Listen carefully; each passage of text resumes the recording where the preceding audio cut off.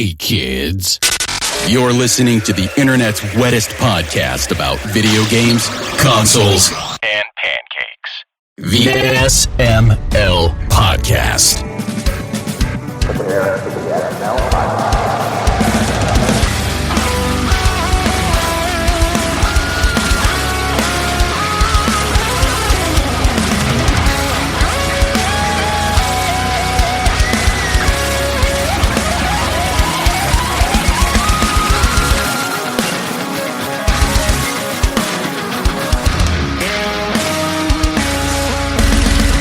What's up, everybody? This is the SML Podcast. I am your host, Joe. Joining to start off the show, we've got Aki and Bri here. How are you two doing? I had tacos. Yay! Taco Tuesday. I want tacos. This is a Tuesday I will eat show, tacos right? later, so, it's all good. Bri, this is totally a Tuesday show. It's totally a Tuesday. Pernell's going to be here later on. Taco Tuesday, Taco Thursday, it's all the same. No, it's all Tuesday. good. Taco Tuesday. Taco Thursday. As far as I'm concerned, Taco Monday, Taco Tuesday, Taco Wednesday, it's all good. There's going to be what else tacos is on good? Saturday. Sure. Guests. Yeah. Guests are good. Joining us from FULLSET, Sascha Reuter is here today. Sascha, how are you doing? I'm doing pretty well. Thanks for having me. It's great to have you here. You just put out the game Project Neon. For the people who don't know what this game is, what platforms it's on, give us the sales pitch. Tell us, what is Project Neon? Sure. Project Neon is like a shoot 'em up or shmup, so to say. Like pretty much a 16-bit shooter. Originally developed for the NEOGEO, which is basically always the platform that I start on with my gaming projects. But it's now coming to like many more platforms. So it was initially released in 2024, but now it's coming to 14 plus new platforms basically. And wow. Yeah, it already went live on Xbox Play Anywhere. So that already covers Xbox Series and Xbox One and Windows, obviously. It already came out on PlayStation last night, so on PlayStation 4 and 5. On Apple, everything Apple, basically. So if you buy it on the App Store, you get the iOS version, the tvOS version, the macOS version. We continue on that. So there's still the Switch version coming live pretty much next week on Thursday. Still waiting for Gabe and his team at Valve for pressing that button. So Steam is weirdly enough the only version that's like somewhat delayed right now, but it's all done. So just waiting for the button press there, and then it's also going to come out for Android for the non-Apple users. And then in November, it's actually coming to even more retro platforms. So it's coming to N64, Sega Saturn, and the Dreamcast. That's insanity. First off, how do you make a game for these old platforms that aren't really supported anymore? How do you get into production for those? Sure. So for the NEOGEO, there was quite some prior art, I would say, when I started in 2019, developing for it. So there were some people already, not a lot, just really like a handful of people that put out games for the NEOGEO. And some of them actually also took their work and documented it. So there's like a nice, development wiki, where like everything NEOGEO has been documented by the folks like Furtek and Neobits. So they just really went like really deep into figuring out how the system works. So Furtek is actually even like reverse engineering all the special chips, or did that in the past to basically figure out how they work. And then like Neobits, for instance, put out their SDK or his SDK. Which he wrote and which he also used for his own game. And then there was like some additional bits. There was still some things that were missing, that I really wanted to have that, I had to, invest in, or with like a small team also. But yeah, started in 2019, basically working on that, and it shipped in 2024. because again, there was quite some things that I really wanted to have, and instead of just like taking shortcuts, we decided to go all in. Most of the stuff that we developed, like we had somebody helping, for instance, with developing a special sound driver. So because, as you said, like those systems are kind of old. They're not really like developing for them is not really like developing for like a modern platform, right? So one of the things that you need to do for the NeoGeo is you need to have your own sound driver, basically, that runs on a dedicated CPU on like a Z80 CPU. And all the prior drivers that were there only played PCM soundtracks, but we wanted real FM synth like basically tracks. And that took quite a while just pulling that off. But yeah, that work is even like available open source, made by Maria on GitHub. And yeah, that's just like one bit of it. And I would say like all the things, you just get started and then like you ideally don't stop, which is good for me because I can't really like stop. So like like it was like it took its time, right? But I just chucked 2019, even still in 2024 when the game shipped. But now I'm basically doing FULLSET full time. That's really cool that you were able to make it full time, and that it just blows my mind that it's on all these retro platforms. Like our one co-host Chris Taylor, I'm sure he's going to want this on N64, possibly Saturn, maybe Dreamcast. He's going to want this on everything. I don't know if he collects Neo Geo stuff. Our friend Big Adam is going to be getting into Neo Geo stuff, I think. So he might. Now's the time to start. He might want to pick up some of these. I know he's. Go ahead, Bri. Oh yeah, I mean Neo Geo was way ahead of his time, but why start your projects there exactly? Oh, actually, like I didn't, when I started actually getting like more into game development in 2019, like I was just like doing a lot of like other stuff. Like I was working at like ISPs, like internet service providers prior. And then I did my own startup and like all that jazz. And when I jumped into game development in 2019, I didn't start on the Neo Geo day one, but basically day 7. So I started developing the first prototype in Pico 8. Which is like this very nice little development environment, or like it's a fantasy console, basically pretty constrained, but that also just allows you to focus on the essentials, which is like just putting out your first game and learn more about the core mechanics, or like how to build a game loop, pretty much.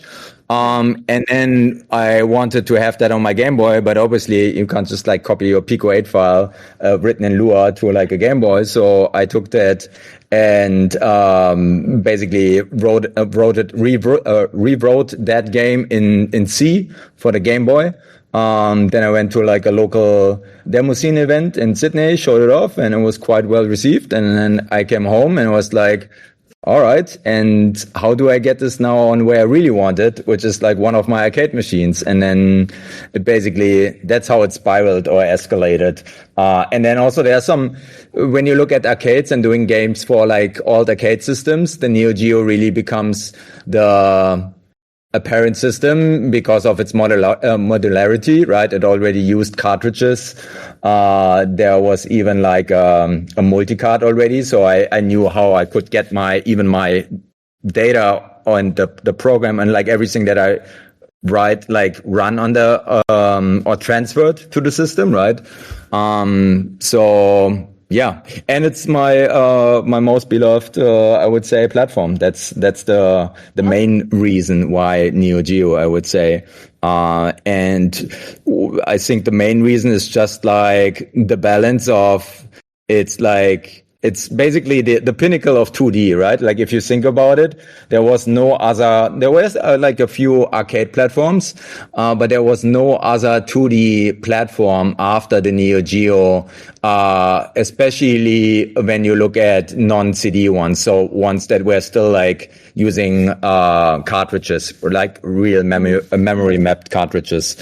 So yeah, that's the answer to that, I would say. Yeah. Very cool. question here. What made you want to release stuff on all this, on all these old, no longer supported items?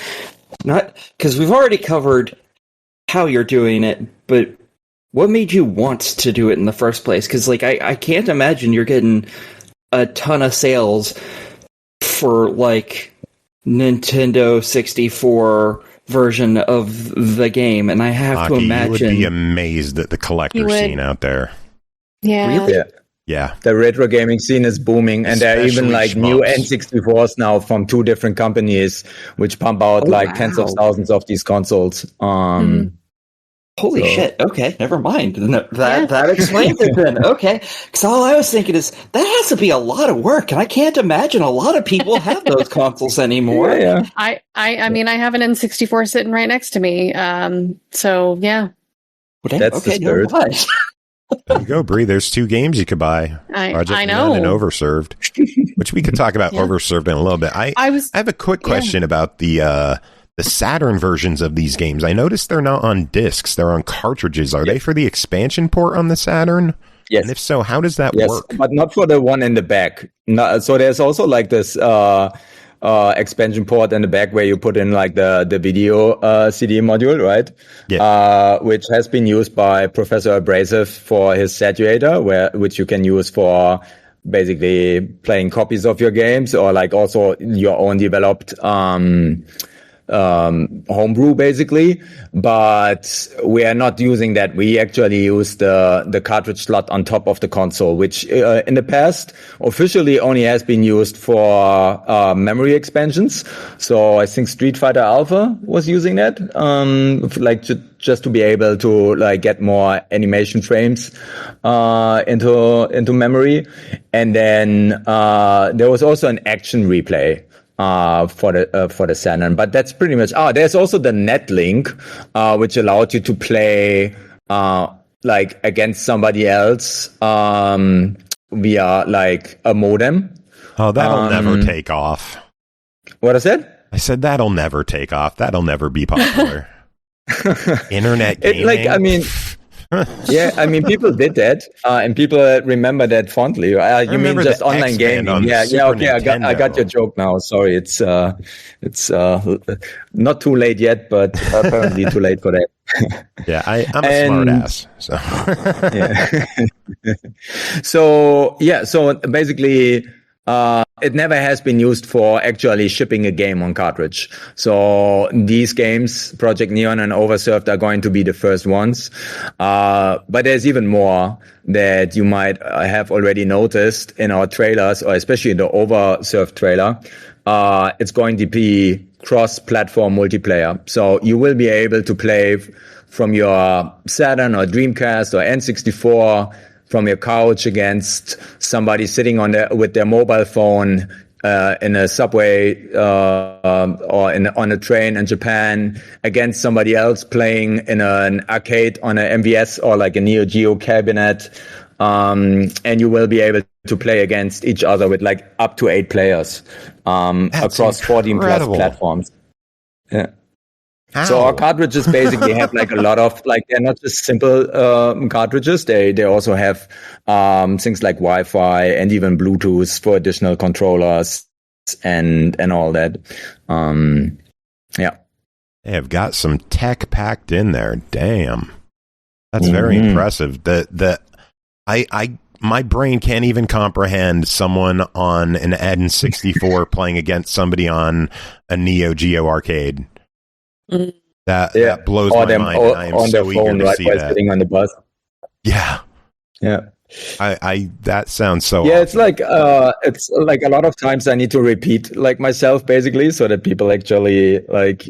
Yeah, often they think that like they're mishearing, but yeah, that's basically, we have that all running. We wouldn't have announced that, and we wouldn't take like pre-orders if we wouldn't have the tech in place, right? So we have the cartridges. We always had already like the Neo Geo cartridge, which already has Wi-Fi. We already showed people like what we actually do is on these cartridges is we also ship updates for the game. So the people who bought Project Neon in 2024, they still get updated versions of it with like just quality of life improvements, but also like in new game modes, and like sometimes GFX, right? So we just recently added some animations that we couldn't fit in the initial release. So I added that back. So they basically, those cartridges are like real cartridges. So there's not like an SD card in it or something. So they really use like flash chips and everything. But yeah, there's an additional module on it which allows the user right from the menu of the game to connect to their Wi-Fi and pull down updates. I can provide you with like some links to the YouTube videos so that people can actually look at that and see what I'm actually talking about here. Definitely include them in the show notes. Yeah. That sounds so like this is stuff I didn't even know was possible. It's really, really cool to hear about. So what inspired you to bring it to current platforms like Xbox, PlayStation, Switch? Yeah. Multiple things. So first of all, like accessibility, right? So it came out on the NeoGeo first, and NeoGeo games are always used to be expensive, and there's still like original games that go for like thousands and thousands of dollars, but also homebrew games, especially because their development is quite expensive. It's really involved from a hardware perspective. So if you compare like a cartridge from the N64 to a cartridge of the NeoGeo, the NeoGeo has like so much more tech, even if it's not as sophisticated as our cards with like extra Wi-Fi and everything. But just if you look at like original boards, they're massive, right? Not sure if everyone saw like a NeoGeo cartridge, but it's almost like a VHS tape size of cartridge. And then there are like 2 PCBs in it with like lots of components, flash, but also some other active components. So yeah, they're actually quite expensive. And our game, for instance, if you look at our website, I would need to look at current currency exchange, but it's like $400 US for like a NeoGeo game. And not everybody can afford that, right? And obviously, like the more people that get to play the games that we're putting out, the better. So we even though we are now going to all these other platforms, like we are always going to be NeoGeo first. So that's not going to be changed. NeoGeo first also doesn't mean that, okay, like we artificially delay the other versions. Oversurf, for instance, will come out to all the 14 plus systems at the same time, pretty much. But in terms of development, like those games, the base of it is always like the NeoGeo game, even though every port is native. So we're not emulating the NeoGeo on iOS or on Dreamcast, or like that wouldn't even be feasible. You can't like efficiently at least emulate like a NeoGeo on a N64 or Saturn. It's possible with hacks to some degree, but yeah, not like in full fidelity. So yeah, just making it more accessible. And then obviously, a lot of people think like when you put out NeoGeo games and they see, okay, they seem to sell quite well, like they just see basically what you charge for them, and then they try to figure out like, oh, how many copies you've sold, and then I think, oh wow, that's a lot of money. But it's also super expensive to actually do. So a lot of people did like really good NeoGeo games. The very first ones that actually did NeoGeo games back then was NG Dev Team, and then they stopped doing it, and everybody was like, oh my goodness, they made so much money with it, right? Like, why did they stop? But the reality is that it's just super involved and super expensive to do it. And that's why it's not that easy to make it sustainable. I'm not saying you can't make it profitable just doing like NeoGeo games, but again, you also, why wouldn't you make it more available to more people, right? And you might also think that now that we put out these games for like on iOS or on the App Store, for instance, for I think it's $20 or something. So you still pay more than like your regular iOS game, but you're also not the product. You actually buy a game. You're not becoming the product, basically. And yeah, so, and that's why, yeah, bringing it to all these different systems also obviously brings like in more revenue, and it's not cannibalizing the NeoGeo sales. Like I was not really afraid of that, happening, like, because I thought it would not happen, but it's actually boosting the NeoGeo sales as well.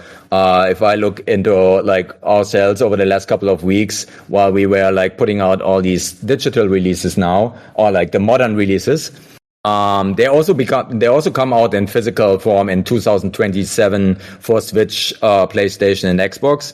But yeah, what I'm trying to say is like our Xbox, our Neo Geo games sold even better, and the N64 ones and so on, while yeah, we were rolling out to digital platforms, because like it just makes the word go around, right? And a lot of people still haven't heard about it, about us. So yeah, it's basically a win-win-win.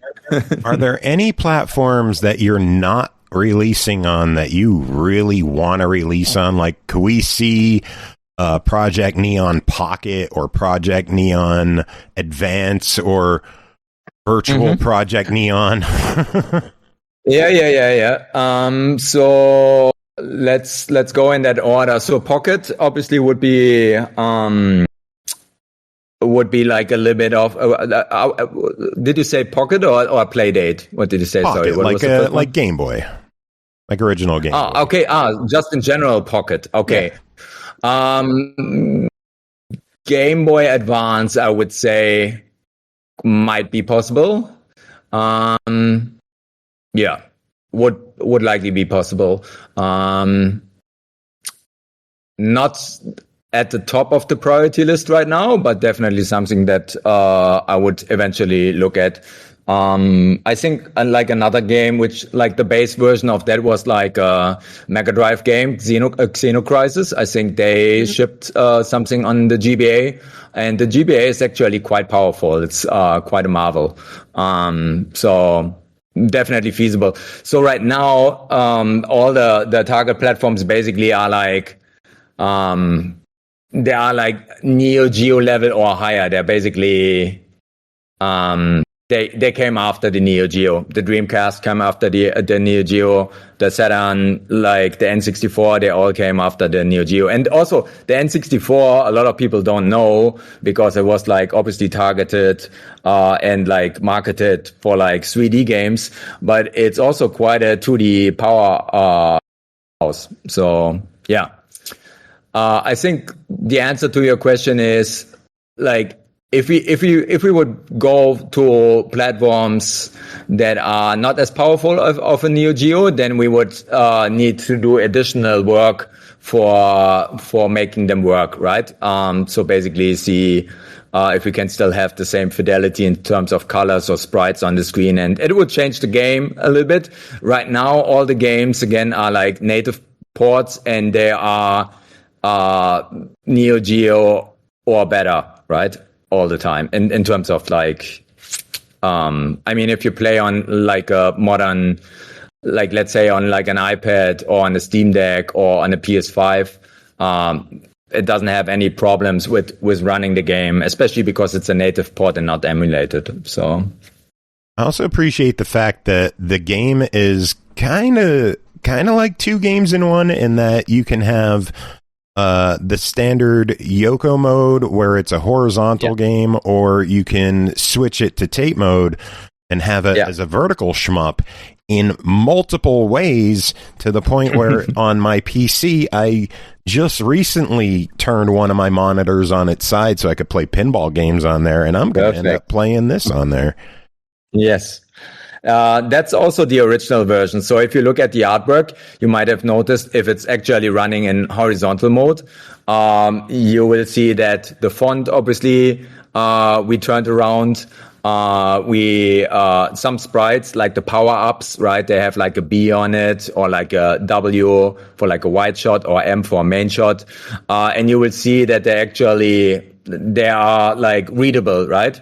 But you also notice that in the background, like when you play it horizontally, you notice it's a little bit odd because it was actually designed to be a Tati shoot 'em up, right? A vertical shoot 'em up.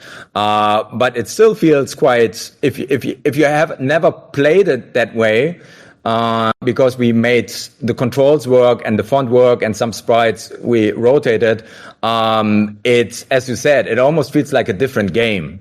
But it's still the same game. So we didn't adjust like anything gameplay wise. And the main reason actually is or came actually into play already before we did all the ports, because the NeoGeo usually was hosted in like a NeoGeo cap, like in the big red cabinets, right? There were also candy cabinets, but like in the US especially, right? The NeoGeo was usually in like a big red cabinet, and they all have horizontal monitors and you can't rotate them. And often they also allow you to co-locate multiple games. So basically there is even a 6-slot NeoGeo where you can put in like 6 games at the same time, where when you put in a coin, you will actually be able to choose one of like 6 games. And because a lot of people still have their NeoGeo in such a setup, we put the game out for NeoGeo. Like I wanted to make sure that we accommodate for those players as well. And that's why we invested the extra time to actually make that work, because the NeoGeo can push a lot of sprites, but it can't shrinking it. So all the rotation is not happening in the system. We actually had to store all these assets that basically we turned 90 degrees to make this work. We had to store them twice because the NeoGeo is not able to actually rotate a sprite. Which sounds ridiculous, but that's the truth. Basically, you also can't zoom a sprite. You can just shrink it. Wow. So if you want to zoom something, you just need to basically make it bigger, put it bigger as the sprite data, and then when you have it non-zoomed, then you just need to scale it down, and then when you want to have it zoomed, then you make it 100%, if that makes sense. So it's a little bit inverted. That's really interesting. I'm learning stuff on this episode. It's not often that we get someone on talking NeoGeo development, so this is... Yeah, I hope this is not too overwhelming. Like, this can also be quite exhausting. I love this. I want to talk more about the game a little bit. You are mean for having a 1 credit clear achievement in this game, because I will never get that in my life. What was that? If we have what? The 1 credit clear achievement. Yeah. Oh man, I'm not good enough. Some people actually figured out, so they are like these trophy hunters that I knew they existed, but now like they're all in our saw chat. them out in the wild. So they're like people on especially Xbox that are looking at like pretty much every game and looking like the trophies and working on unlocking them just to have more, gaining more like Xbox score basically. And somebody figured out a way which I was aware of, but I haven't really thought about in the context of trophies. And so somebody found like basically a way where you can trick the game in believing that you're still on your first coin. It's basically when you play with 2 players. As long as 1 player stays alive, it's not being considered that you're on a new credit. If that makes sense. Yeah. Because it's like really hard to make a decision then when are you actually on a new credit? Because people can also like, your second player can just join in mid-game, right? So let's just say you start with 2 players and the first player dies or the second player dies.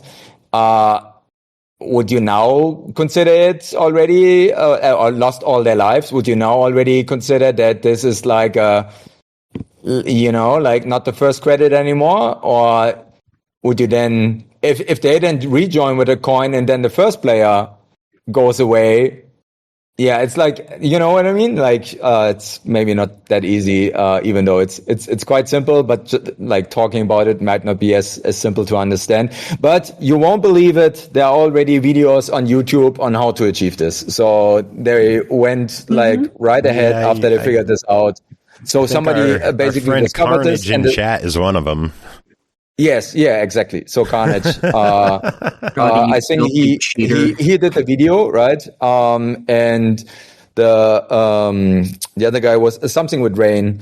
You can look it up. Sorry, I can also do that. Like I don't want to miscredit anyone. But yeah, so they figured that out, which is like, again, totally fair, right? I mean, I feel like, especially you play for yourself, right?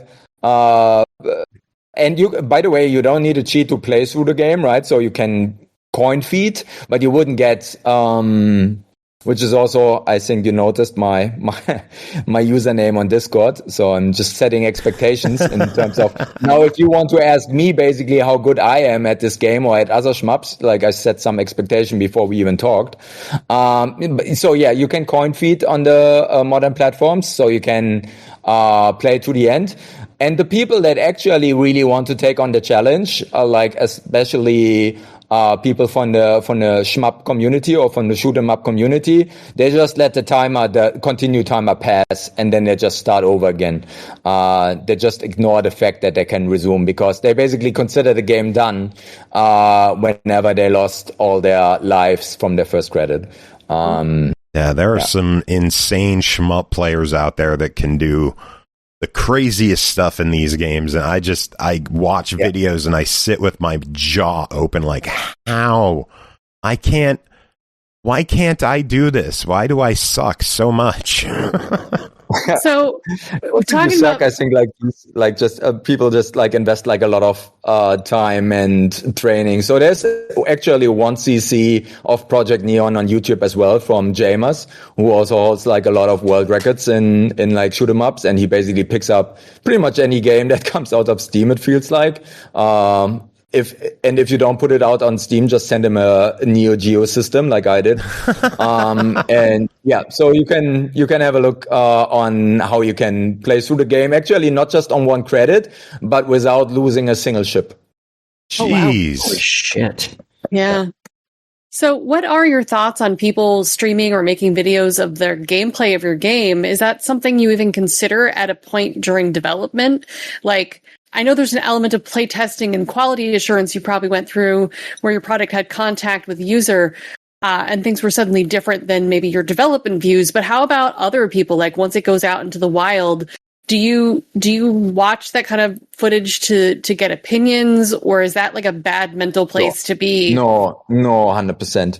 I'm not one of the guys that say like, oh, like users or players don't really know what they want, yada yada yada.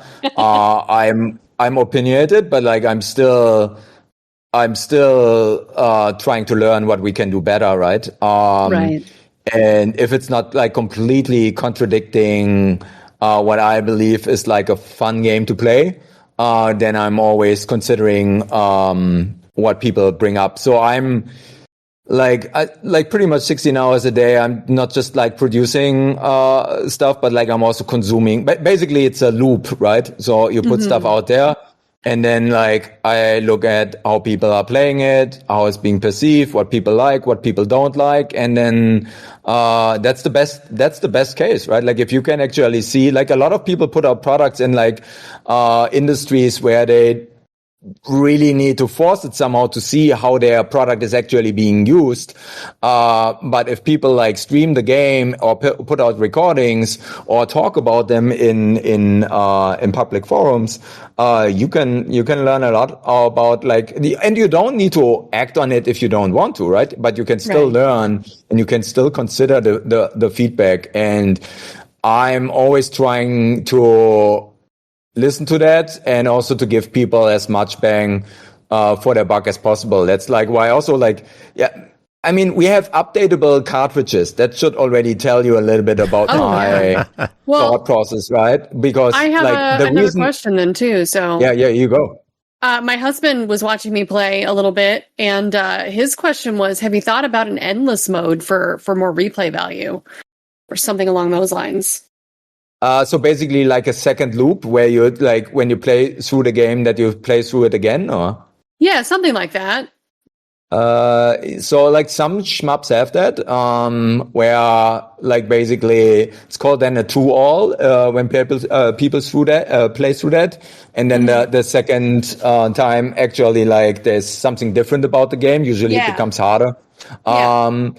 So yeah, definitely. Right now it's like a little bit of a non-goal. As soon as we see that people basically exhaust it, we might not add it to Project Neon, like to the first one, right? But we might then just consider it in a sequel, because now we have like all this foundation for building like I would say what is like quite a reasonable good shoot 'em up. Like if you look at the reviews on Xbox, I think we're like for like a 16-bit game, we have like a rating of like 3 out of 5. So people seem to be quite happy. And yeah, if we ever see that like we exhausted and like more pro players and the shmup community is more embracing playing our games, then we will certainly, and never say never, right? So like again, we're still putting out updates to Project Neon. It's just like not very high on the list right now. You know what I mean? Yeah. What is next for your studio? Do you have new games in the works? Or are you just focused on physical production? That's I could give you a very, not long-winded, but like a very long answer and a very short answer on that. Long answer, always long answer. Oh God, I'm always afraid, like just the people get like, okay. So I quite frequently get the question on what's the next game, even though Overserved is not even out there. And Project Neon was like really, because shoot 'em ups is my favorite genre for multiple reasons, but like yeah, there's just something to them that makes them really addictive to me. And so that's my primary genre. But another game that I like really love is like Saturn Bomberman. So I love Bomberman, and I also love like all the different versions of Bomberman, and the one on the PC Engine, or the ones and the pretty much every other system. But Saturn Bomberman is like really a favorite of mine, and that's how I got to the second game, right? Or the idea of the second game, because Overserved we haven't talked about much yet, but it's basically like an open arena shooter, like Smash TV meets Saturn Bomberman. Basically, it's like 8 little critters having a food fight, so it's really family friendly, So that was the second game that I wanted to build, and it just came naturally. And if people ask you what's your next game, and you haven't even shipped the last one, you're not thinking too much of the next one, right? Sure, I had ideas, and there are also like things that I would never work on just because I don't think I could deliver a good result. I played through all the beat 'em ups that are out there, basically, and I played them on original hardware as well, like all the fabulous ones on the CPS2 and whatnot. But I'm not really a beat 'em up fan. Like I'm not, you know what I mean? And I could not deliver. I think I would need to force myself, like really to deliver, like on a promise of doing like a beat 'em up. So that's why, it's not necessarily going to be demand driven, the kind of game that we're going to work on. Let's put it like this. But there recently was a discussion, or like at least something which popped up more than once in my head. And then also people suggested doing that, which should I actually mention that? It's a top-down racer, basically. So that's one idea. We haven't started working on that, but we also have a multi-tab for the NeoGeo now. So usually you can only connect 2 controllers. Now with our NeoTab, with our tab basically that Furtek designed for us, we can connect up to 2 to them. So we can have 8 players, which we already use for Overserved. And I'm not sure if like a top-down racer with 8 players actually is like a lot of fun still. I mean, Micro Machines supported quite a lot of players, and that worked out. But yeah, I spilled the beans, I believe. But again, it's not even something that we started working on. It's just like an idea that's floating around. So there are also no guarantees that this is coming. Yeah. If that makes Overserved sense. is the top priority, I guess. Yes, yeah, exactly. And the new, like obviously all the modern stuff is pretty much ticked now, right? So all the mobile platforms, modern consoles, Windows, Mac, Linux, like all that. So the other announced platforms are N64, Saturn, and Dreamcast. And yeah, just getting these right, not just for the new game, for Overserved, but also for Project Neon, is our focus, I would say. So Overserved and those 3 newly announced platforms. Yeah. By the way, you asked earlier why, maybe you didn't ask on why cartridge, but like we need the Wi-Fi in our cartridges to actually make this work really, really nice. There are ways where you can hook up your Dreamcast, your Saturn, your Dreamcast you can actually do natively. There's like a network adapter and like a modem, and it's actually kind of okay. And we will piggyback on that because for the Dreamcast we don't have a cartridge. But for the Saturn, we needed the Wi-Fi on the cartridge, and the same goes for like the N64. And that's the reason why we have a cartridge for the Saturn. Plus, I mentioned that we always try to get more bang for the buck for users. So we're also looking in providing even value by having a cartridge on the Sega Saturn. Let's put it like this. That's really cool. I was kind of wondering how the online would work with the Dreamcast, considering it's not a disc. And then I remembered, oh yeah, it was just an online console to begin with. Duh. Yes, it was. Phantasy Star Online was my jam.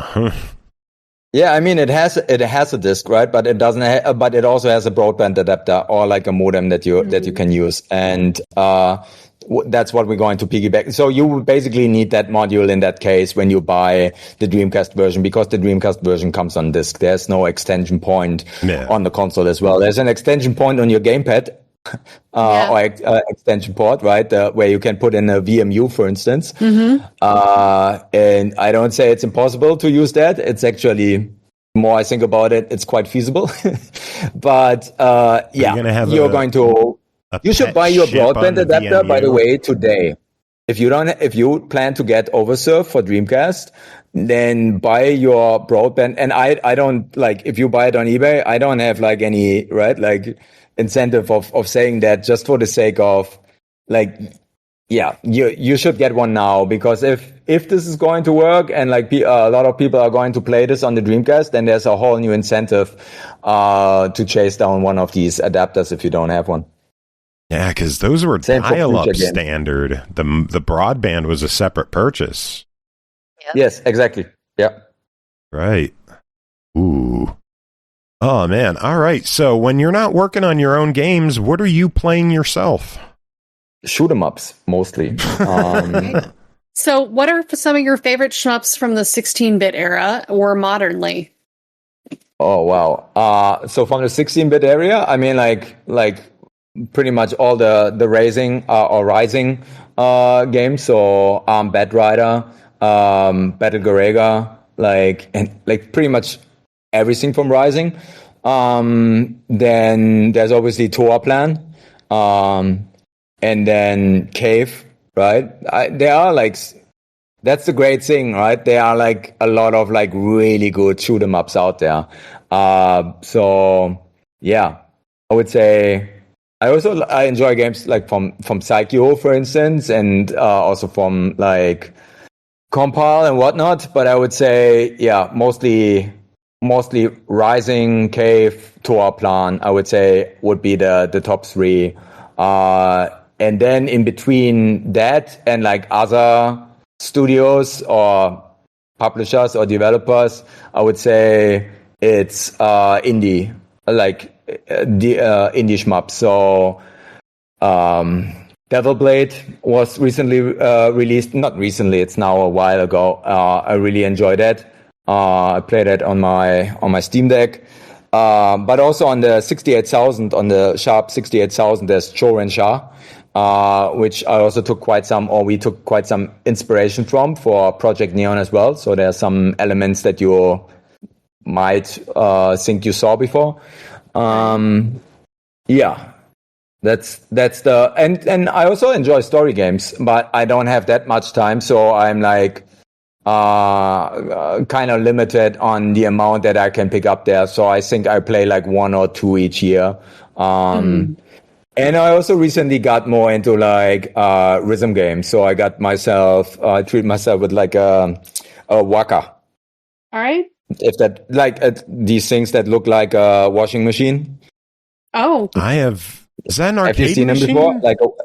It's like a WACCA Waka. Waka Reverse basically was the final one. But that's a whole different conversation topic.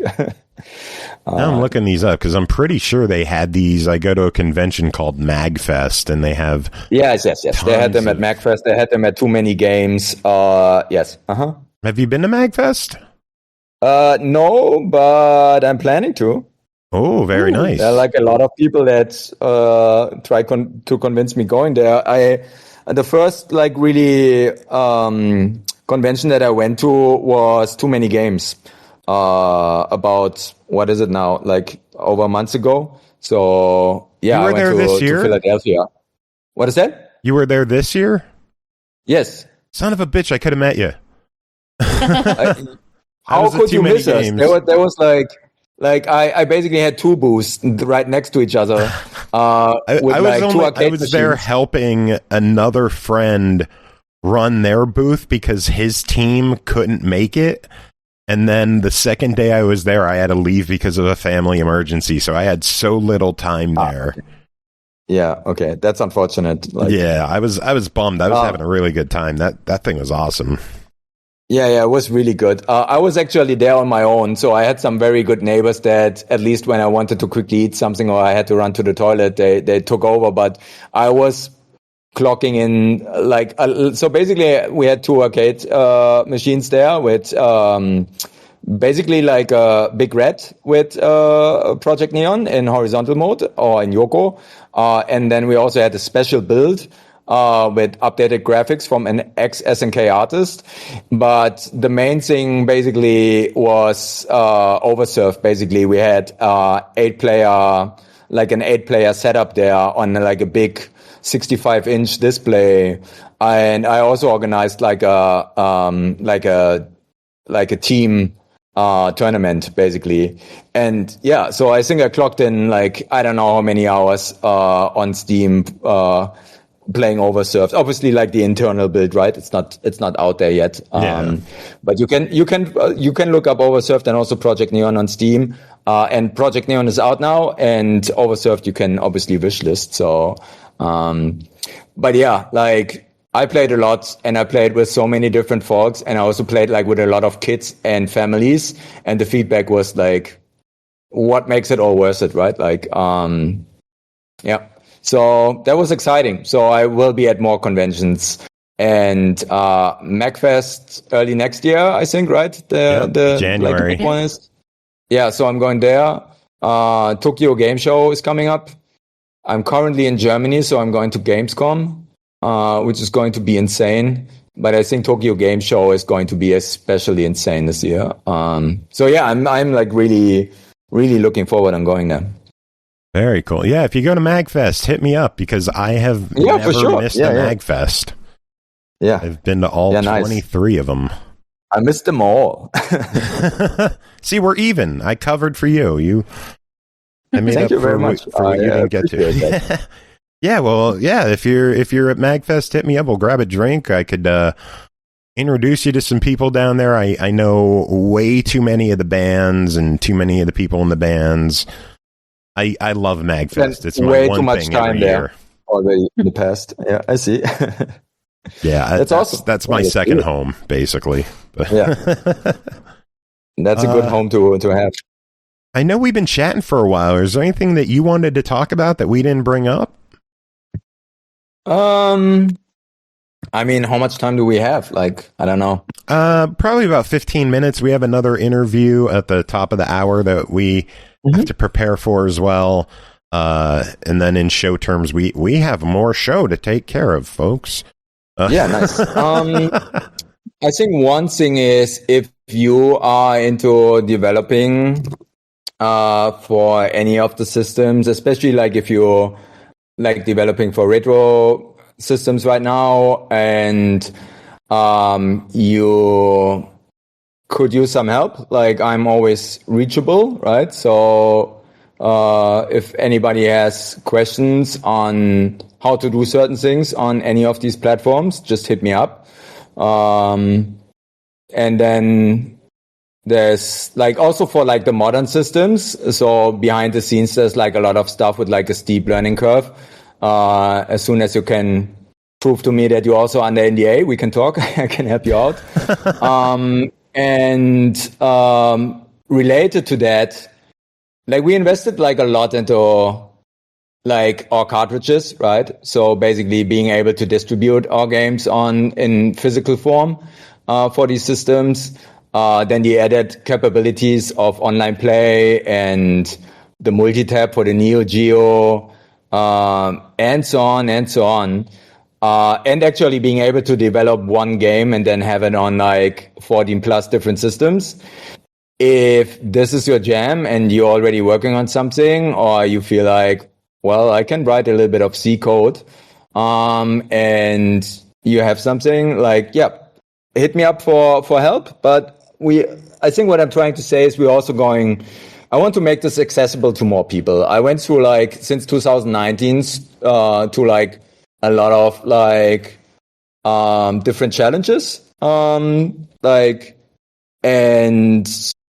now it's all there. So why should others go through the whole pain over and over again? So I think what I'm trying to say is that we're looking into making our platform accessible to others for developing games for these 14 plus systems and also distributing them. And that's all that I can say to that in terms of the detail of it. But yeah, that's the gist basically. So if that's your thing, hit me up. Hopefully I'm not opening like a big box here, and will not be able to work on anything myself anymore. But well, that's still a good challenge to have. So like I rather have more conversations than less, right? So yeah. So where can people keep up to date with you and get in touch with you? Mainly, and I know like a lot of people left, but the most convenient and way for me to post things is usually still on X. But I'm also going to do much more just cross posting. So they also there's a FULLSET account on Blue Sky. There's one on Mastodon. There is one on Instagram, on Threads, like everywhere. But they get like, I would say 5% of the posts right now. Yeah. And I need to change that up. So right now, if you want it all, on the daily, then basically on X, you will see multiple posts. If you just want it occasionally, then go to the other platforms. But it's going to change there as well. So there's going to be more content to be posted there. And it's basically the same content there as well then. But right now, yeah, I would say the latest and greatest stuff is basically being posted on X right now. Very good. That's also where most of we have most of our following right now, I would say. Yeah, we left that site behind. We're on Blue Sky now, so we'll be sure to tag you on there. Aki, do you have any final questions you want to ask? No, I'm good. My brain melted a while ago at this point. It's been a lot of information, and I can only handle so much of it before I'm like, You're a doubtful flower, we know. That I warned you. But it happens to me too. Like while I'm like sharing this and talking about this with like the enthusiasm, and like I just like I can be pretty exhausted, even though it was me basically putting out all these ramblings, right? So I feel you, I understand you. That's why I want you. Like it's not that we didn't put out a disclaimer at the beginning. You were likely thinking of why is he even mentioning that? Like, but well, now you know. Well, on top of that, I kept asking for all the long answers, so I did this to myself, quite on purpose. Bree, any final questions on your end, Bree? I've got two. One is quick. What's your favorite boss or stage of the game? Oh, the favorite boss. Oh, sorry, there's an alarm going off in the back, which is funny because often in shoot 'em ups there's an alarm ringing when there's a boss approaching. Yes. So please ignore the beeping if you can hear it. Maybe it's noise cancellated.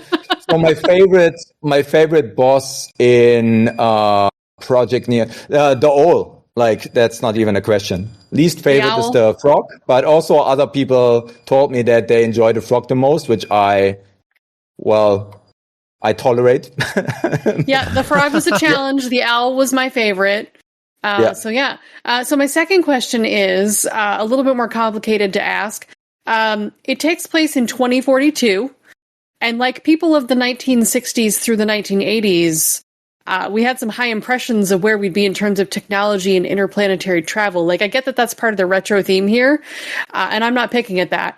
But I'm curious your thoughts on where we are in comparison to where we thought we'd be. Are you concerned that in less than 20 years we're going to be facing severe problems of drought and the like, or were you just writing a story? Oh, wow, that's a loaded question. Wow. Bree always comes in 20 minutes. I have more hope questions. You can tell from this conversation that I'm generally like an optimist, right? So yeah. I'm not just like saying it's all screwed and but I think there are like I think like we need to not just watch things but like act, right? Pretty sure like I like even if it's not as severe, like we're leaving a mark, right? And so just being conscious about that. And also I started the game in 2019 and I'm not fully sure like people like fully got the whole story, but like I wouldn't have written the same story basically today for like different reasons, which might just click later. But no, like I'm generally, I hope like, it's not going to be like this in 2042 because like I also have, 2 kids and, I wouldn't want them to basically, live like a Dune life, right? Right. So yeah, I think my answer is, I think like just being like a little bit more conscious and like just not going into a denial about the situation is a good thing. That's right? Fair. And then how we get there, I think we all have like different opinions on like what can have like a positive impact. But it's more like to provoke a little bit like the thought, I would say. And I don't know. Yeah. I didn't think too much about it when I put it out there. It wasn't like, oh, I need to deliver a message here, right? So fair. That certainly wasn't my thinking there. All right. Last question I have is, for being a company so focused on physical goods, what are your thoughts on Sony looking to end disc production? There's still an advantage in buying disc, right? But I think the moment we basically got online updates and day one patches, like they lost like a lot of the appeal because again I'm I'm partners now officially with all of them, so I will be careful what I'm saying here, but the thing is that like the game that you get on the disc is obviously like not the same game after a couple of updates, right? Like there are going to be bugs to be fixed, new content to be added, and so on and so on. So, and in the context of preservation, like if your system dies and these games are not hosted anymore, or like the updates are not hosted anymore, and you are not the one who's figuring out to still get access to these updates, and you put in the disks, and like your system dies and you need to get a new system, like the version that's on the disk is not the version that you played, if that makes sense. So that's why I'm like, I don't like it. But for me, physical, like before updates, I would say, yes, I consider CDs almost equal to cartridges, but like, yeah, I'm like for me, physical, like real physical for me is cartridges, and CDs for the first couple of years while you didn't have the abilities to also get updates for them. Or at least while you were still be able to download them yourselves and store them yourselves and preserve them yourself, right? Like we still can do on PC today, but we can't do on like, well, maybe also not all the time anymore, depending on DIM and where you bought them. But I think you get what I'm saying. So yeah, that's why I think like there was already a degradation like years ago in terms of what it meant to buy a game physically. And I would still, obviously, if I would be able to put in my vote, I would say like keep the disc, right? And a lot of people are also quite passionate about it. And yeah, I mean, if you buy the game, like you should own the game. I believe in ownership of games. Yeah. So like maybe to end on this, I know you need to do your other conversations as well, but I will always make sure that people for our games, because like the game that you're going to have on the cartridge, well, it's going to stay there, and you don't have like, if the cartridge dies, well, then you have like another problem. But I think what I'm trying to say, all the versions that we ever put out for any of the games, for the cartridges that you have, you will be able to store. So even if you can't update via Wi-Fi in like 30 years from here anymore, because I don't know, I got hit by a bus or whatever, you will be able to keep backups of your update files, and you will just be able to drop them via USB-C, which is already possible today. So you will be able to archive the update files for your cartridge. And should we allow you to buy other games for the cartridges that you have in the future, you will be able to do the same. Awesome. And let's be honest, real physical collectors have a washing machine-sized arcade machines in their home. At least one. Yeah. Sascha, it's been an absolute pleasure having you on the show chatting. One more time, give us the name of the game, where people could get it, how much it costs. Give us all the info. Project Neon. You can get it on Steam. You can get it on PlayStation, Xbox, and Switch. You can get it on the App Store. You will soon be able to get it for your Android phone as well on Google Play. And then you will be able to get it for Dreamcast, Saturn, and N64 in November by going to FULLSET.io, where you can buy all things physical, including a new batch of NEOGEO versions of Project Neon. And all that I just said is true for Oversurfed as well. You can find them in the same places, but that's going to be released in November, while Project Neon for most of the systems is already out there. Very good. It sounds like November would be a good time to get you back on to talk about Oversurfed. Yeah. Let's do it. All right. Let's make a date. Sascha, has been fantastic having you on. Everyone else, we're going to take a quick break. We will be back with more show. Pernell's got some reviews he's got to take care of, so we're going to be doing that. Stick around. Sascha, do you have any final words to end the interview? Thanks for having me.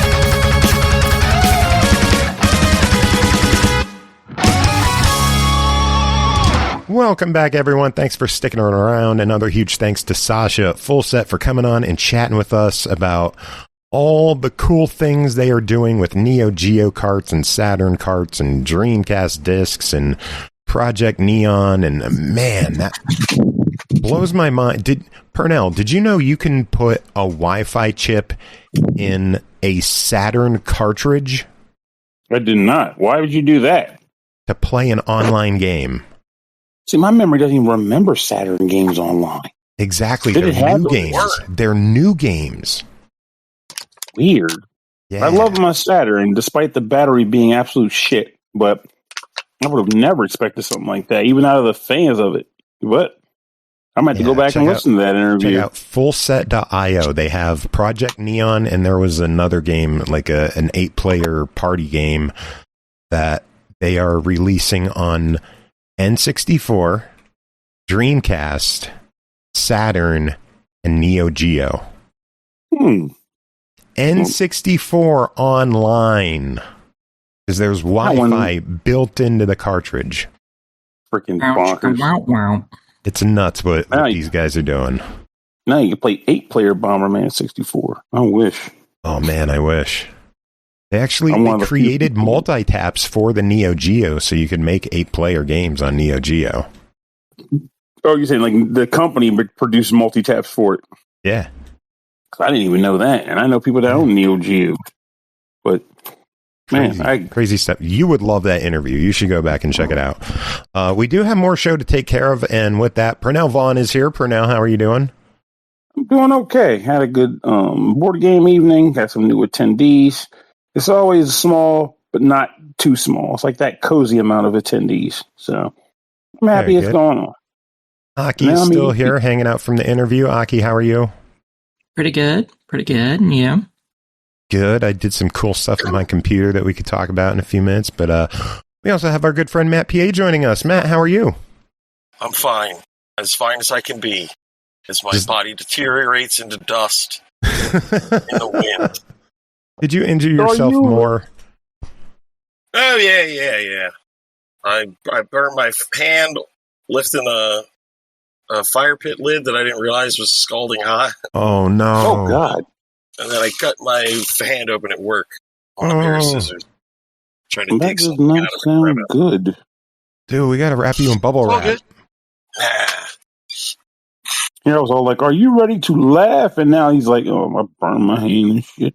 I'm crippled. I take it back. Holy crap, he's a crapple. Well, you can't hurt yourself doing a podcast, can you? We'll see, man. I managed to fucking almost break my leg eating crabs, so who knows? Anything's possible. Never mind, I'm not eating that. Nope. No, it's not Aki. How the fuck did you manage to break your goddamn leg eating shrimp? What the? It was crabs. Crabs, whatever. That doesn't make it better. Just because you're Anyway. So I says to Mabel, this guy broke his leg eating crabs. Oh, man. So I did something cool with my computer over the weekend. I decided that I wasn't using the 2 terabyte SSD that I had in my PS5, and I wanted to put it in my computer because I'm always struggling for space with my 512 SSD in my computer. I found a USB hub that I could put the drive in. I found some cloning software that allowed me to copy my boot drive and all the Windows data from one to the other. And then I was going to get my one friend to help me put the SSD in, but then I realized I just did a straight clone of my drive. If I do literally anything else on my PC, I lose that. So I have to exchange it now. So unhooked it, cracked it open, and I'm a computer idiot, so I barely know what the hell I'm doing. The only thing I remembered him saying was that my video card was in the way. So I unscrewed that, popped it out, and I saw right there it was just hidden perfectly behind the video card. Unscrewed it, popped the old one out, new one in, screwed it back in, put the video card back in, and I didn't break anything. It works. Congratulations. Congratulations. I had tried that. I had broken so much money's worth of shit. I know. I thought I was going to. Which means, Aki, now you have to try. Oh, fuck that, no.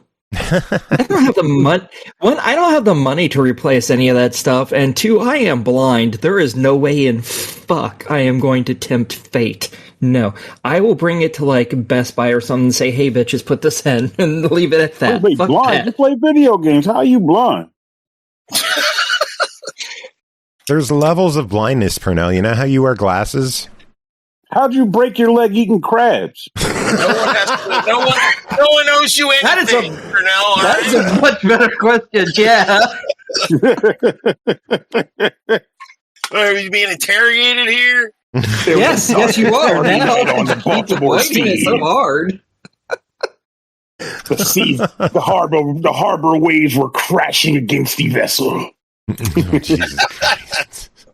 I just think he was trying to break open crabs by putting them behind his knee and bending, trying to break them. No, he was on a skateboard doing kickflips onto the crab to crack it open. Pulled the trick wrong. That would be so much more embarrassing. Fell down a flight of steps like Darby Allin.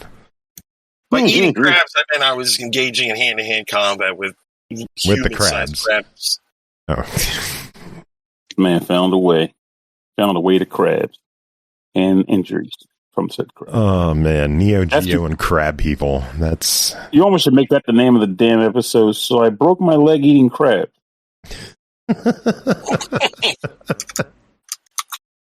I have to have something about the interview in the title. And then I listened to an interview. There it is, covered.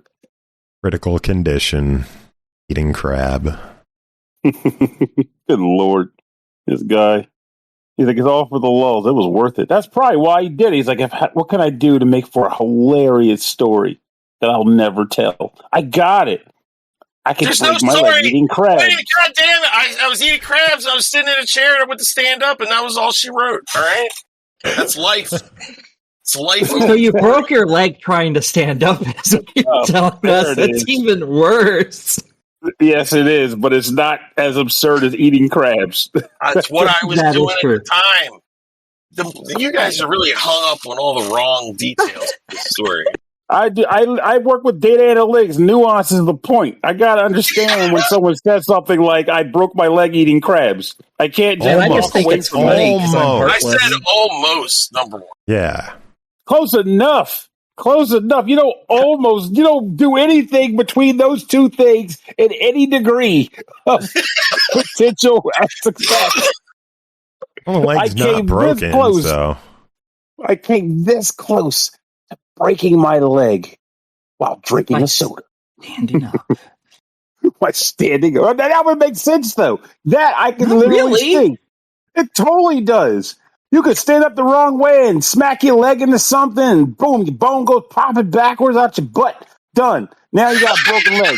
How'd it happen? Stand it up. Bony ass. Look at you. Got a bony ass. Exactly. See, that can be done. I'll try. But if I were to say, I put my eye out while, I don't know, that's a hard one because I put my eye out while drinking a soda. By farting. Even still. By farting. Actually, good. Perfect.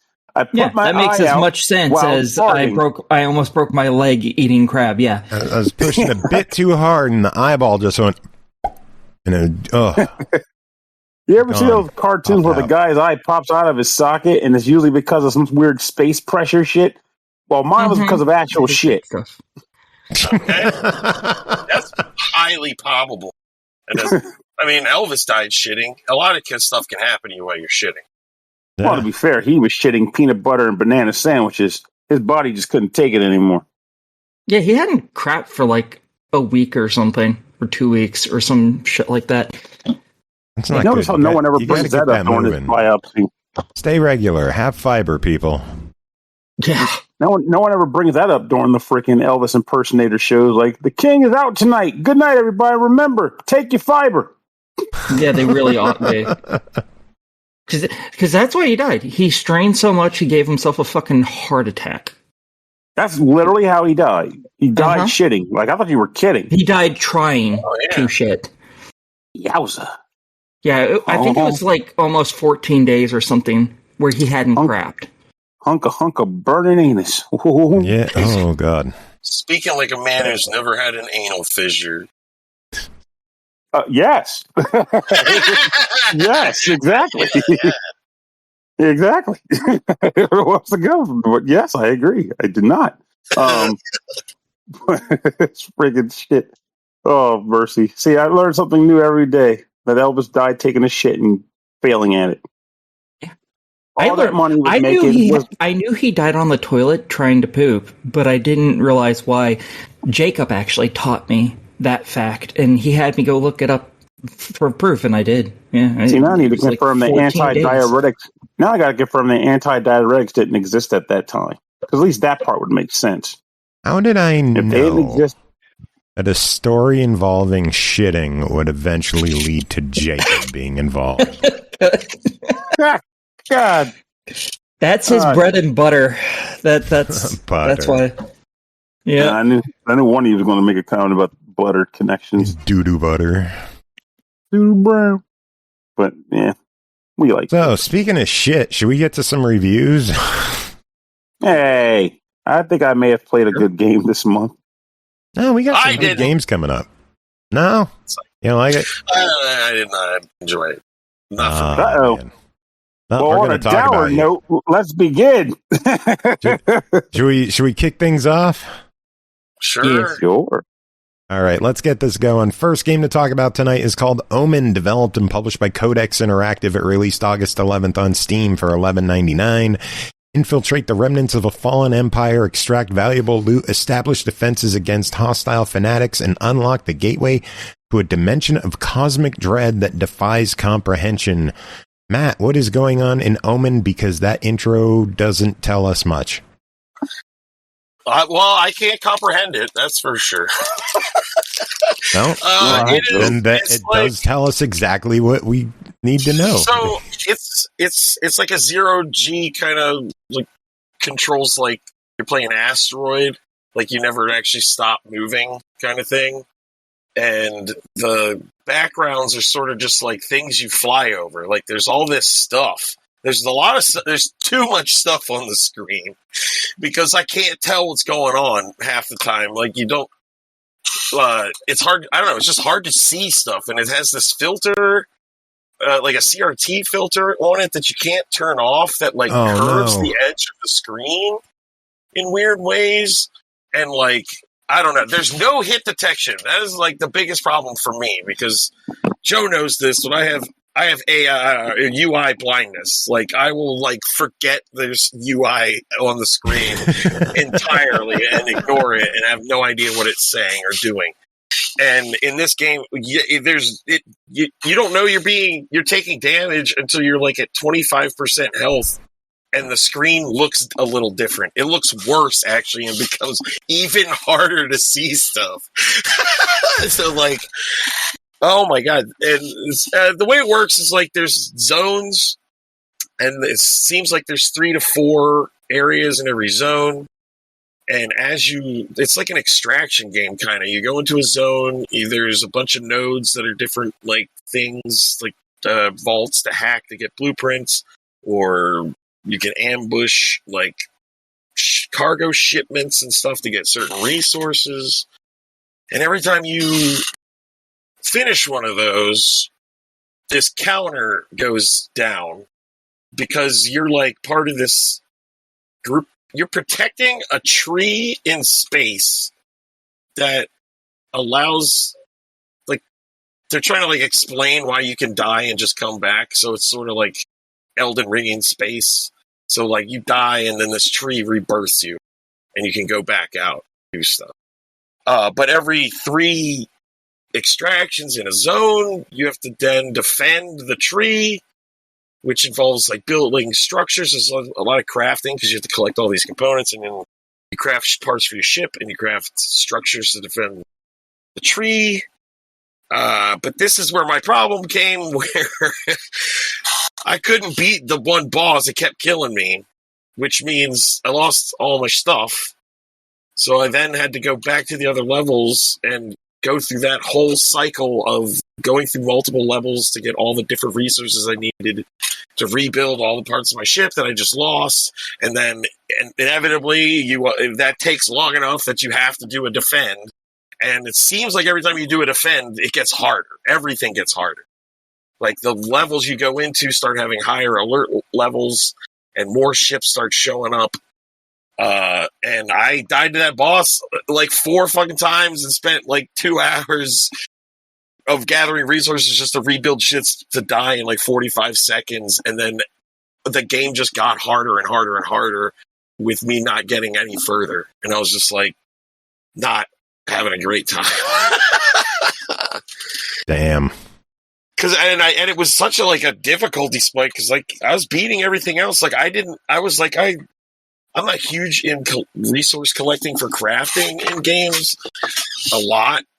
And I was like, oh, this is actually a decent pace of like collecting stuff and beating stuff when I wasn't dying in the same spot all the time. And then once that, I got to that Northwind boss and it was just like, this is the end of your adventure for you. Because I did it. I tried 4 times, and I was just like, dude, I do not want to have to go through 3 levels in a defense again just to try to fly in there and die in 45 seconds. Like, no. Because of the no hit detection thing, that boss takes up the whole screen. I can't tell when I'm taking damage, even though I have all these things to heal. The amount of times I died with an entire inventory of healing because I didn't realize I was taking damage until it was too late. It just happens so fucking fast. Some of the damage times on some of the lasers is like 0.01 seconds, dude. It would just be like, oh, I'm taking damage. Oh, I'm dead. Oh, okay. Sick. I feel like that in like every Souls-like game I played, in that I take 1 hit and either I heal immediately or I'm dead. I'm sorry you're so bad at those games. It did kind of feel like a Souls situation where the run back in this case is having to grind out all these resources to just build a ship that gets fucking smashed. So it was just like not worth it for me. I didn't have a great time. No. And the visuals in the game it's so visually messy for me.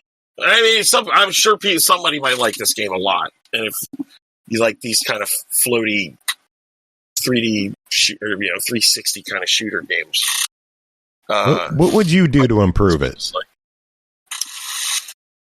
I feel like the zones should be leveled like progression, and that thing where everything just gets harder every time you have to go through the cycle and defend. That is what ruined it for me, because I was like, now I'm fighting really hard levels just to get a couple resources to rebuild the better reactor so I can have more energy to try to fight this stupid boss. That part of it I just would not, I don't know, I did not like that. It's a lose more. It's like I'm already not doing well and having to redo these areas. Why are you making it harder for me to do that? It's taking longer to do, to rebuild. I don't know. That was my biggest. That's really what the roadblock that made me want to not like it, because I was just like, dude, all I'm doing is trying to collect resources to build a ship, and it just keeps getting harder to do every time I did it. Yeah. All right, well, let's talk about price on this one. It clocks in at $11.99. What are your thoughts on Omen? If you like really hard stuff and are I don't know who this is for. It ain't for me. There's too much crafting for a game with not that many things to craft. You have to build structures just to upgrade the resources instead of there being better resources to find. So you have to go back. That's it all just comes back to having to redo those earlier levels, and the difficulty ramping up is it was just annoying as hell. No. It was just a grind. It was just this, if you aren't constantly winning. It's like this, like, escalatingly difficult grind to try to get further. All right. Well, can't all be winners, I guess. Seems like this one had potential, but just too much going on can ruin anything. And lack of ability to turn off a CRT filter. Oh my god, I hate CRT filters so much. They're not great. Oh. All right, well, Matt, that is it for you. We will let you get going. Thank you so much for joining us. Always a pleasure having you on hanging out. Or you could stay for the occasional surprise laugh. I gotta, dude. I have been at work, grocery store, cook dinner, eat dinner, clean up dinner, band practice. Now I'm talking. I had like 10 minutes before talking to you guys, and now I need to take out the trash, and then I'm gonna collapse into a pile. You're gonna fight some thugs, huh? No, I'm literally gonna go roll a garbage can to my sidewalk, probably grab the mail, and then that'll be the end of my day. And then he's gonna fight some thugs. If I get into a fight, it's your fault. That was one of my put this evil on me, Pernell. Local area man in hospital after taking out the trash. Well, wish me luck, everybody. Matt joins back in like 15 minutes. Oh, guess who just had to deal with 14 thugs in his back alley? Got None it all of them dropped coins. I screamed. But then they will respond. But you take out the trash, and he'll go, "You goddamn right, I took out the trash." I'm more worried about him trying to take out the trash and breaking his leg. No! Uncle Sharp and go, damn, he already did it to himself. Let's go. Oh. 0 craps in the trash. 100%. Well, you have to get up to go take the trash. I do have to stand up. We'll see what happens. I took my brace off. My leg is liable to explode. All right. Exactly. Later, to be Matt. fair, all jokes aside, I hope you do feel better sooner rather than later, and that your leg mends up accordingly. No, thank you very much. Have a good night, everybody. Have a good one, See ya. Matt. Oh, man. And the best part of all of that is we got a raid right while we were all chatting. So we had Matt screaming as Matt was talking. Welcome in, Trivium Champ and Raiders. Glad to have you in here.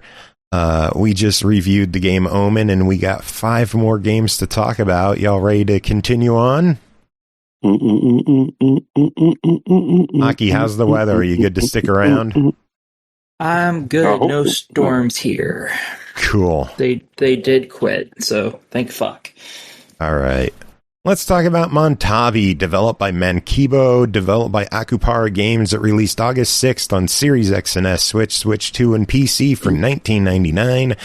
Tame, collect, fight, assemble an unstoppable team of unique Montabi in this creature collector roguelike deck builder. Wow, that's a lot of descriptors. Master their awesome abilities, synergize their strategic strengths, and save the city in tactical turn-based combat.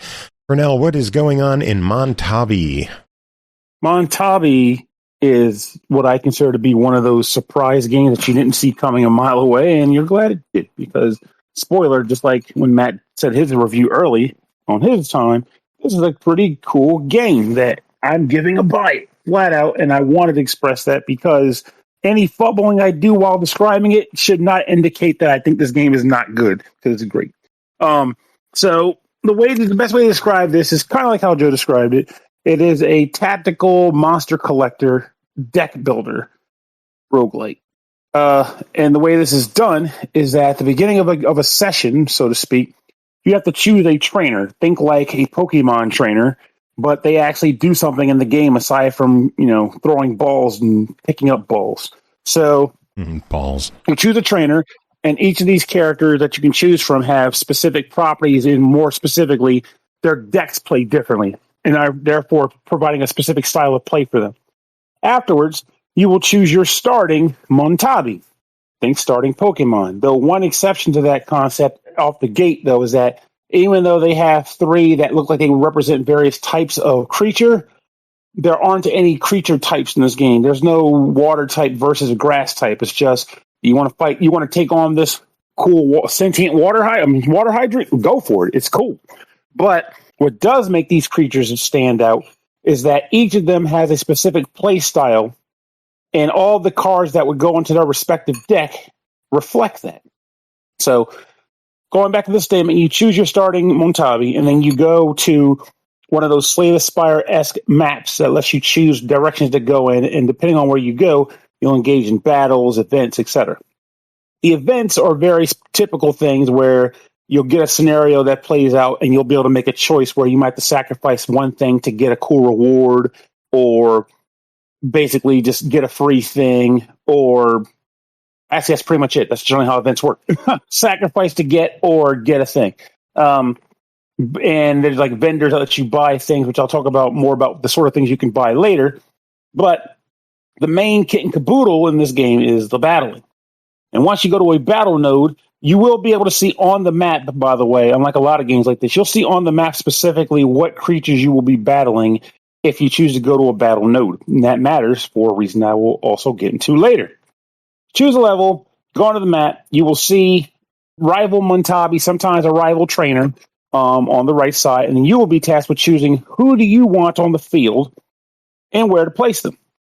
Your trainer always has to be on the field, and if your trainer gets knocked out, it's an instant game over. So don't let your trainer get knocked out. In addition, you can see up to 2 Montabi on the board as well from your reserve pile. Once they are on the board and you're ready to go, boom, your game runs. Each character has their own AP, or energy meter, which determines how many cards they can play.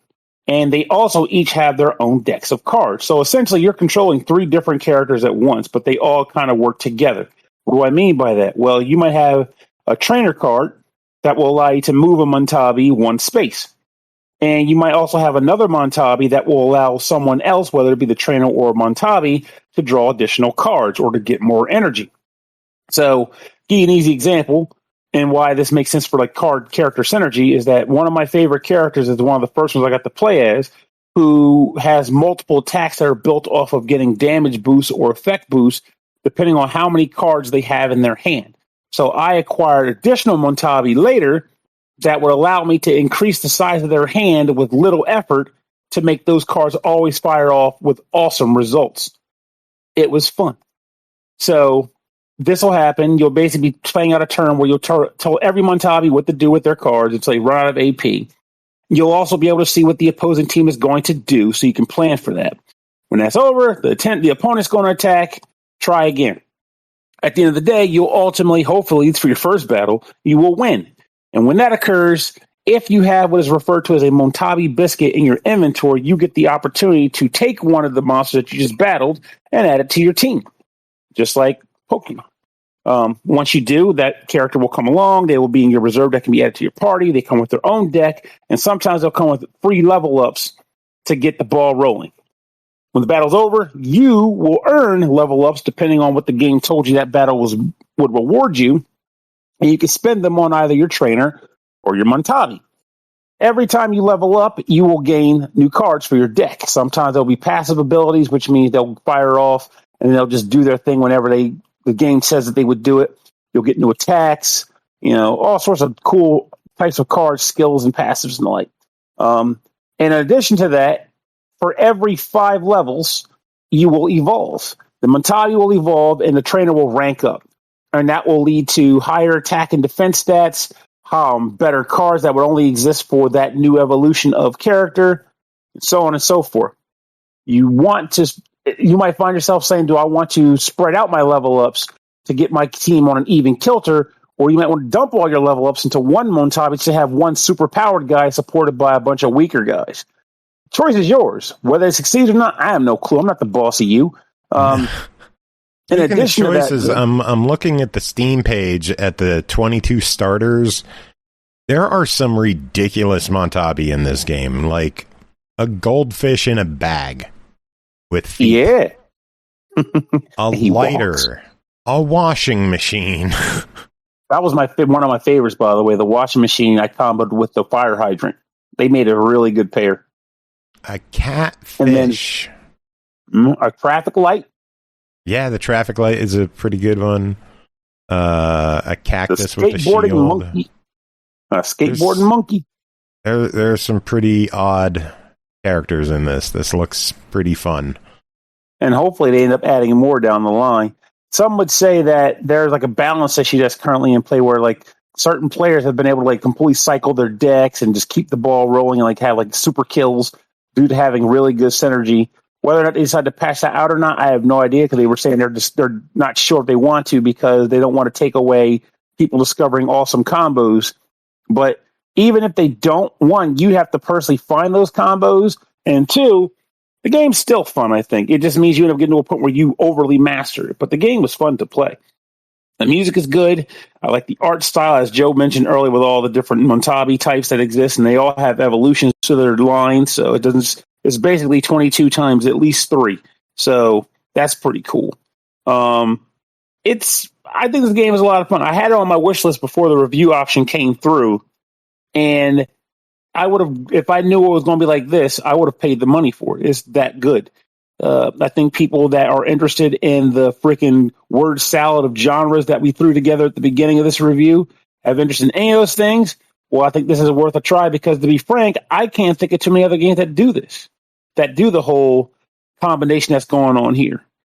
I mean, the closest thing I think of is probably like Bots and Kaitos, and that is different from this still too. Oh, wow. So, Bot and Kaitos that's a shout out.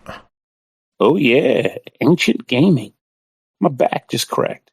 But yes, since you said you would have paid for it already, maybe you should just gift it to someone. We don't know in this economy. I'll take the free when I can get it. Thank you. That's how I save money. Well, it does clock in at $20. So, what is your verdict on Montabi? Definitely a buy it recommendation. I don't think you'll regret it. Very good. Moving on, let's talk about Plungeez, developed by Team Zeroth, published by QUByte Interactive. Released August 13th, Xbox One, Series X and S, Switch, PS4, PS5, PC for $9.99. Plungeez is a non-linear puzzle adventure set in a vast underground world. Explore an interconnected labyrinth where every room challenges your logic and every secret reveals a new path. No combat, just the joy of discovery and the satisfaction of solving complex puzzles in a captivating pixel art style. A mystery story set in the sewers of Salvador, Brazil. Pernell, what is Plungeez? The Saturn and I totally forgot to mention the things that I said I would mention later in the last review. God damn it, Pernell. Let's make sure I don't do that here. Yeah, it's fine. We had an interview. We got shit to do.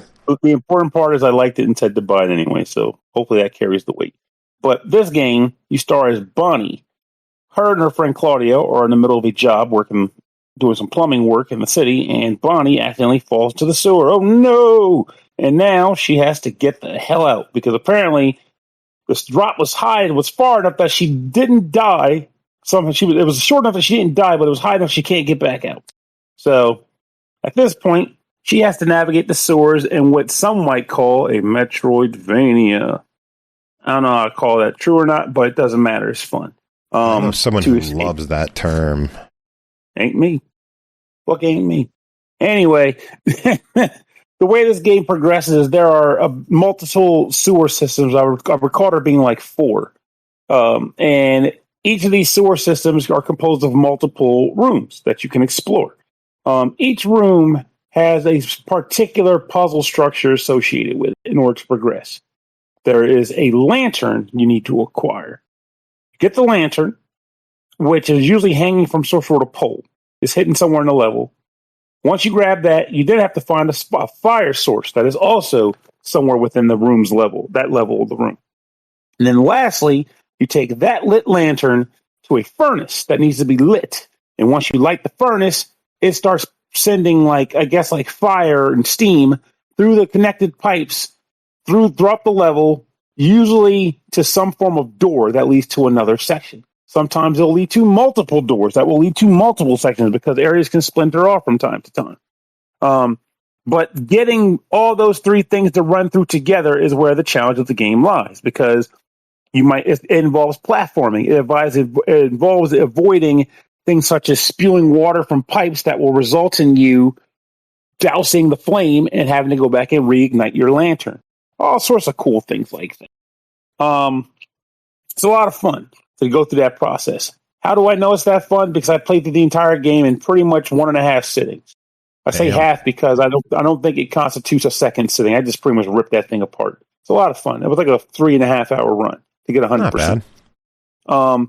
But as you get further into the game and you go to different sections, the game adds additional caveats to kind of muck up the works and make things a little more difficult. You might find yourself in a situation where there are holes in the pipes, which means you need to acquire an item that is existing somewhere in one of the other levels that will allow you to, in turn, repair all the pipes. You might find yourself in a situation where the water is extremely mucky. Did I mention water? Yes, because there is swimming in this game. Or to be more specific, there is floating and then there is sinking, because you get the ability to sink into the water eventually too. But you might find yourself in a situation where the water is too murky and gooey and you can't see properly, so you have to find a way to navigate murky water or eventually clean the water, which then allows you to see in it, and so on and so forth. It's a very engaging system. Eventually you unlock access to pipes, which will allow you to warp between different locations that you've already been to make quick travel happen. There are objects you can locate that will allow that kind of go on like a collectible binder in order to just pretty much say, hey, here's some cool stuff I found, like just the ability to acquire nice things. And if you're an achievement hunter, you'll need to get all of them to get all the achievements in the game. The game itself, there's not a ton to talk about beyond that. I will say it's interesting in that the game was, for the most part, single room puzzles. And I remember playing through the game and being like, man, it'd be nice if there were some multi-room puzzles. And the game saves the best for last because the final area of the game is pretty much a multi-room puzzle. And it changes how you have been perceiving the game up until that point in a very good way. It's very engaging, very enticing, very fun. And I like the conversations between Bonnie and Claudio. And funniest of all, there's actually 2 endings to the game, which I would not have seen coming, but there are 2 endings. Oh, and the most important element to the game, hence the title Plungeez, is I mentioned how there's different things you can find that eventually navigate throughout the levels. And I don't want to spoil what those specific things are. I feel like that's kind of removing some of the discovery. But the main gimmick to the game, hence the title Plungeez, is that you're a plumber and you have access to a plunger. The plunger can allow you to essentially wall jump in this game. You start out with, I can't remember whether you start with one or if you very quickly get it, but the important part is you have a plunger. Jump against the wall while you have not utilized exhausted the plunger, and you will stick it to the wall. This will then allow you to use the plunger as a platform to jump higher and go even further. Eventually, however, you will find additional plungers, which will allow you to do more. Now you have 2 plungers to climb up a wall or 3 plungers to climb up a wall. In addition, you start getting the ability to do additional things with the plunger, such as sticking to the ceiling and then jumping from the plunger to go across the room. And hilariously enough, because this is some kind of weird magical sewer, the plungers just warp back to you when you've done using them. So you don't even have to go and retrieve the plungers you've used. They come back to you. That's handy. It results in it's very handy because this game would be brutal if you had to retrieve your plungers. But it results in some really fun platforming challenges where you see something in a zone, you're like, how the hell do I get to that? I don't know if I have enough plungers to pull this off. And you might try to start doing things before realizing, crap, I can't do it. I need more plungers. And you'll just come back later with more plungers. Now you can see what's over there, likely a cultural collectible. But every time I got a new plunger, I felt elated to understand that means I can access more areas of the sewer. I can do more now. I can engage in more. And as a result, I feel less restricted. Not in a bad, I didn't feel bad in any way when I was restricted, but now I feel less restricted, which is, of course, better. All in all, this game came to me as a nice surprise. Very satisfying, very enjoyable, just the right amount of length and difficulty. I never really felt frustrated, but I still felt satisfied whenever I solved the room puzzle and lit the furnace to go to the next area.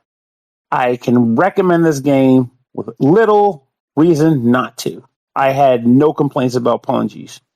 Best of all, it's only a $10 game, so for $10, what is your verdict? Easy buy it recommendation. Get up on this. Yay.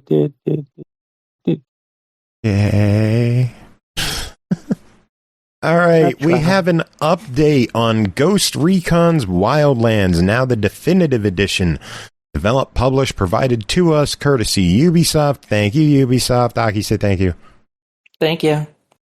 Released July 6th on Xbox One, Series X and S, PS4, PS5, and PC for $99.99. The base game is available for $49.99. In the near future, Bolivia has fallen into the hands of a merciless drug cartel. Lead your team of elite soldiers and coordinate raids. Pilot drones and helicopters and drive the wildest vehicles on and off-road as you scour the breathtaking landscapes of Bolivia. Aki, you got to check out the definitive edition. Tell us about all the new content that has appeared in this game. Tell us what else is out there. Give us all the info. What is this game? Okay, so in this you play as a special forces group that comes in, they're the type that if you're found, we deny you exist type people, and they're going out there to stop this entire drug production pipeline. Dude who owns it is, he has all these different areas that he has all his little generals basically controlling, be it kidnapping, drugs, selling stuff, taking over the airwaves and TV, stuff like that, and you're just tearing it all down. That's the base game. You also have some fantastical shit in it, like, for instance, in it you can go into the jungle and fight against the Predator. Like, literally, the Predator. Which is kind of fun. And while you're doing all this, you're also finding weapons that you're procuring on site, and you can switch between them. You can find different attachments around the land in weapon crates as well, so you can edit your weapons to make them better or to give them scopes that you prefer, things like that. And then there's also other DLCs that you get, including the brand new one, which is free. The prior ones were, I believe, Narco Road, which I'm pretty sure was a paid-for one, where basically you came back and you were dealing with Unidad, which is basically the military police, who are all extremely corrupt in the game. And then I feel like there was one more, but I don't remember what it was anymore, because it's Fallen been, Ghosts? Fallen Ghosts? That might be what it is, but I don't remember which one that is anymore. It's been so long since I've played that. Again, folks, this game's been out for a very long time. And so I didn't touch all the older DLC, because I've already completed them. And then you have Last Rites, which is the new completely free DLC that they added. It's about 30 minutes to an hour worth of content. Basically, you've been called back to Bolivia from wherever the hell you were. So this probably takes place post-second game, which is a Breakpoint, would be my guess. Because they very specifically mentioned that you're coming back to Bolivia, not that you're still here and you're just doing something else.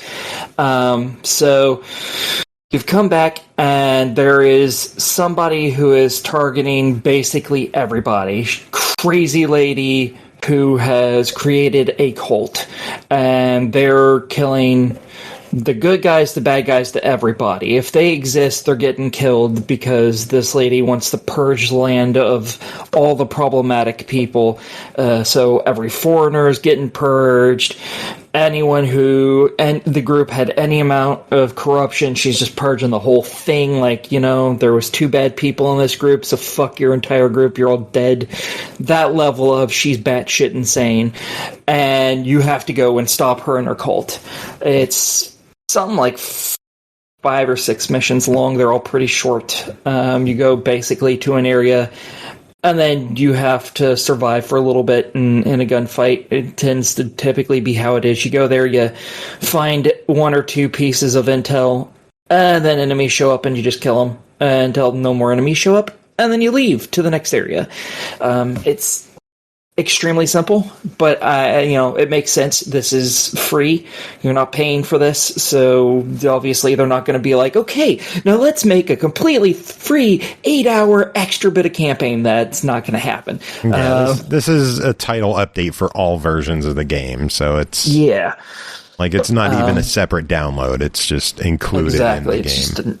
It's just an update for it. So very quick to get through that. However, they have made changes to the entire system of the game to make it easier for people who are having trouble or just getting into it for the first time. I mean, that is, you now have custom sliders for the difficulty instead of just choosing one of a couple difficulties. Now you have custom sliders, and because of that, they've gotten rid of one of the best systems in the game, which is kind of upsetting, and replaced it with nothing, which really sucks. Like most Ubisoft games, they have all the premium stuff that you can buy, and in the past, as you played through the game, you got your level ups, you did certain missions, you got crates. There was also some daily and probably weekly missions that you could do that would also give you crates. And those crates you could open, and they'd give you a randomized amount of the items that you would find in the premium shop. Many of them were just automatic, like you start a new game, you get these weapons, so you don't have to go look for them. Were one whole set of the chests. Then another set was the premium stuff that wasn't in the base game. And the last set was even rare premium stuff, because there's 3 different chests. And they basically removed all of that from the game, which is a shame.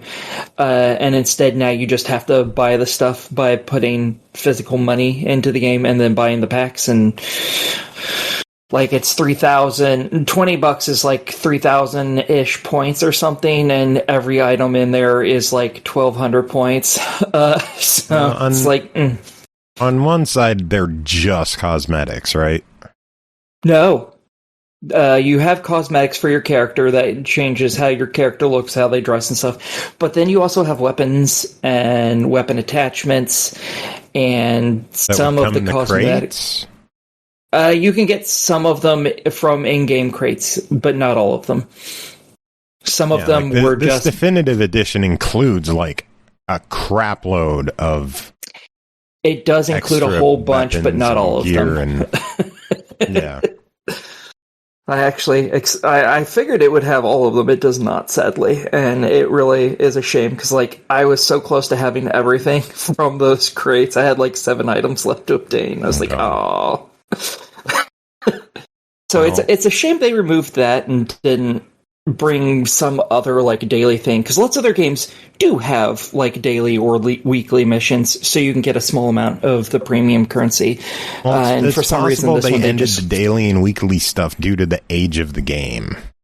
It wasn't something that they had to track on their servers anymore.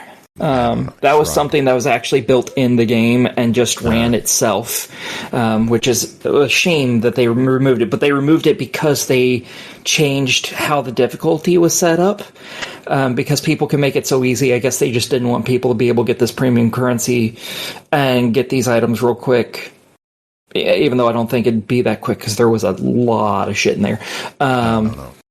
But yeah, so that's why they removed it, and it's kind of a shame, because they have like ghost mode, which is like you die once and it's game over and you restart from the very beginning, and it's on the hardest difficulty basically. That used to give you a lot of the really impressive chests and stuff, and you could play it over and over if you wanted. And it's a shame that didn't at least keep it, because there isn't any difficulty changes for that. That is still hardest difficulty, 1 death mode basically. So that's a shame they didn't keep it for that.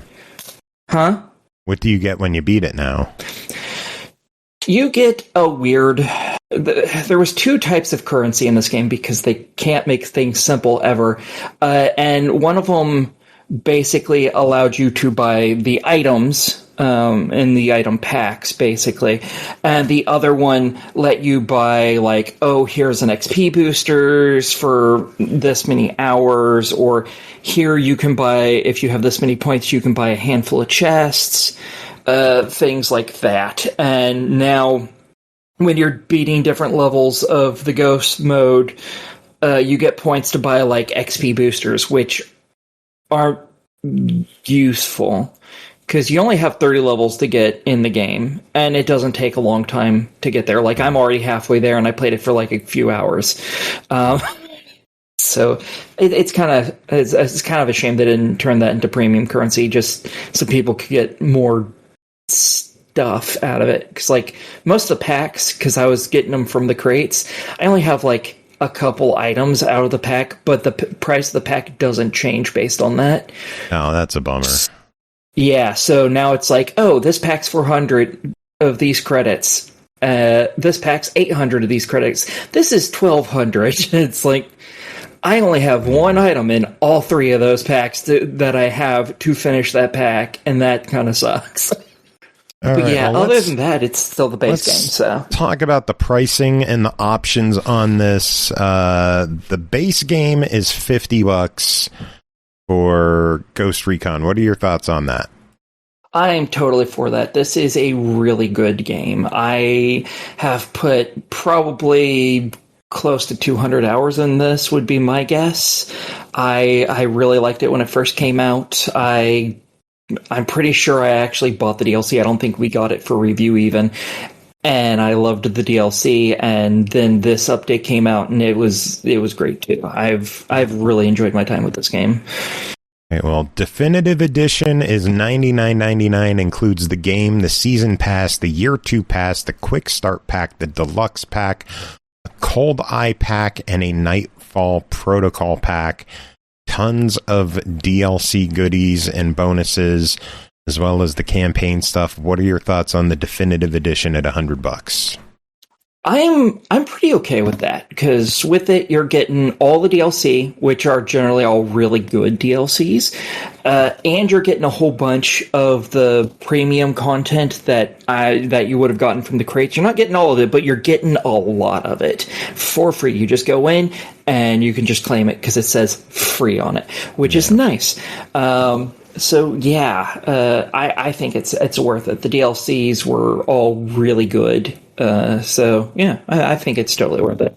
What would you say if I told you things were on sale? That'd be even more kick-ass. The base game is on sale right now for about another week as of when you hear this, at least on Xbox, for $5. Damn. Definitive Edition, instead of $100, $24.99. Oh yeah, you got to go get that. That's holy that is shit. A yeah, savings of $75, and you get nearly all the goodies in the game. There is one other pack that we should mention. This was not included. It is a separate purchase completely. It is Tom Clancy's Ghost Recon Wildlands Predator Premium Pack. You mentioned that you can meet the Predator in the game. This pack is $11.99. It includes, let's see, the tank top and Predator wrist blades, and the exclusive close quarter combat execution move, the Predator helmet, facewear, and the thermal vision effect, a t-shirt, a patch, eyewear, facial paints, tattoos, headwear, and 2 weapons. So all of that for $12. That is a completely separate purchase. But the big thing is you could grab Definitive Edition for $25 for the next week. Yeah, and it's totally worth it. And honestly, you can get some. Well, you used to be able to get the Predator pack from the crates as well. I have most, if not all of it. And the wrist blades, you have to equip those to get the animation. And every game that I play, I have my character equipped with those because it's so fucking awesome. You pull out the blades, you run up, and you shank a bitch, yank them into the air, and toss them to the ground. So cool. Very nice. All right, let's move on. We have 2 games to talk about. Echoes. I like when they line up like that. DreamEcho, developed and published by HotWaterStudio, released August 10th on Steam for $11.99. DreamEchoes is an atypical top-down roguelite ARPG centered on loot grinding and meta progression. Explore the dream world, collect concepts, and enjoy highly free combative combat. Upon waking, gather memories to carry some concepts into your next adventure. Adventure. Pernell, what is DreamEcho? No. Echo. Oh, go. DreamEcho. Okay. Okay, I better stop. This review will be horrible, horrible, horrible. Okay, so I'm dropping the terminology because it drove me crazy in the game, and I'm not going to carry it into this review. I'm going to describe it as an actual game and leave it at that. In this game, your main character is apparently trapped in some sort of dream space, and the only way to escape is to wake up naturally, which means they can't die in the dream, and they cannot. It won't wake up if they die in the dream. They have to make it to morning. So, for reasons that didn't quite click for me, because this game has some interesting elements of translation, you are tasked with going into this memory hub world. And this is where all your character updating and crafting can be done. And then going into a dream space to explore in the form of interconnected 2D battle screens. So, starting off, you'll enter an environment. It might be like the realm of grief, or I don't know, the snow peak ruins or something like that. And you'll be asked to choose from one of two gates. The thing that makes you choose which gate is which is that each one has its own reward. Once you've chosen the gate, you'll enter, and the game will officially pretty much run off in a haste.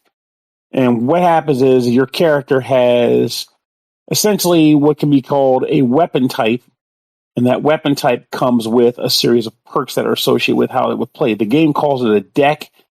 I was trying to edit the deck that the game said I could, but it was giving me some problems. So I just kind of blindly chose the weapon and deck type that seemed to most resonate with me, which, funny enough, is going to factor into what I give this score.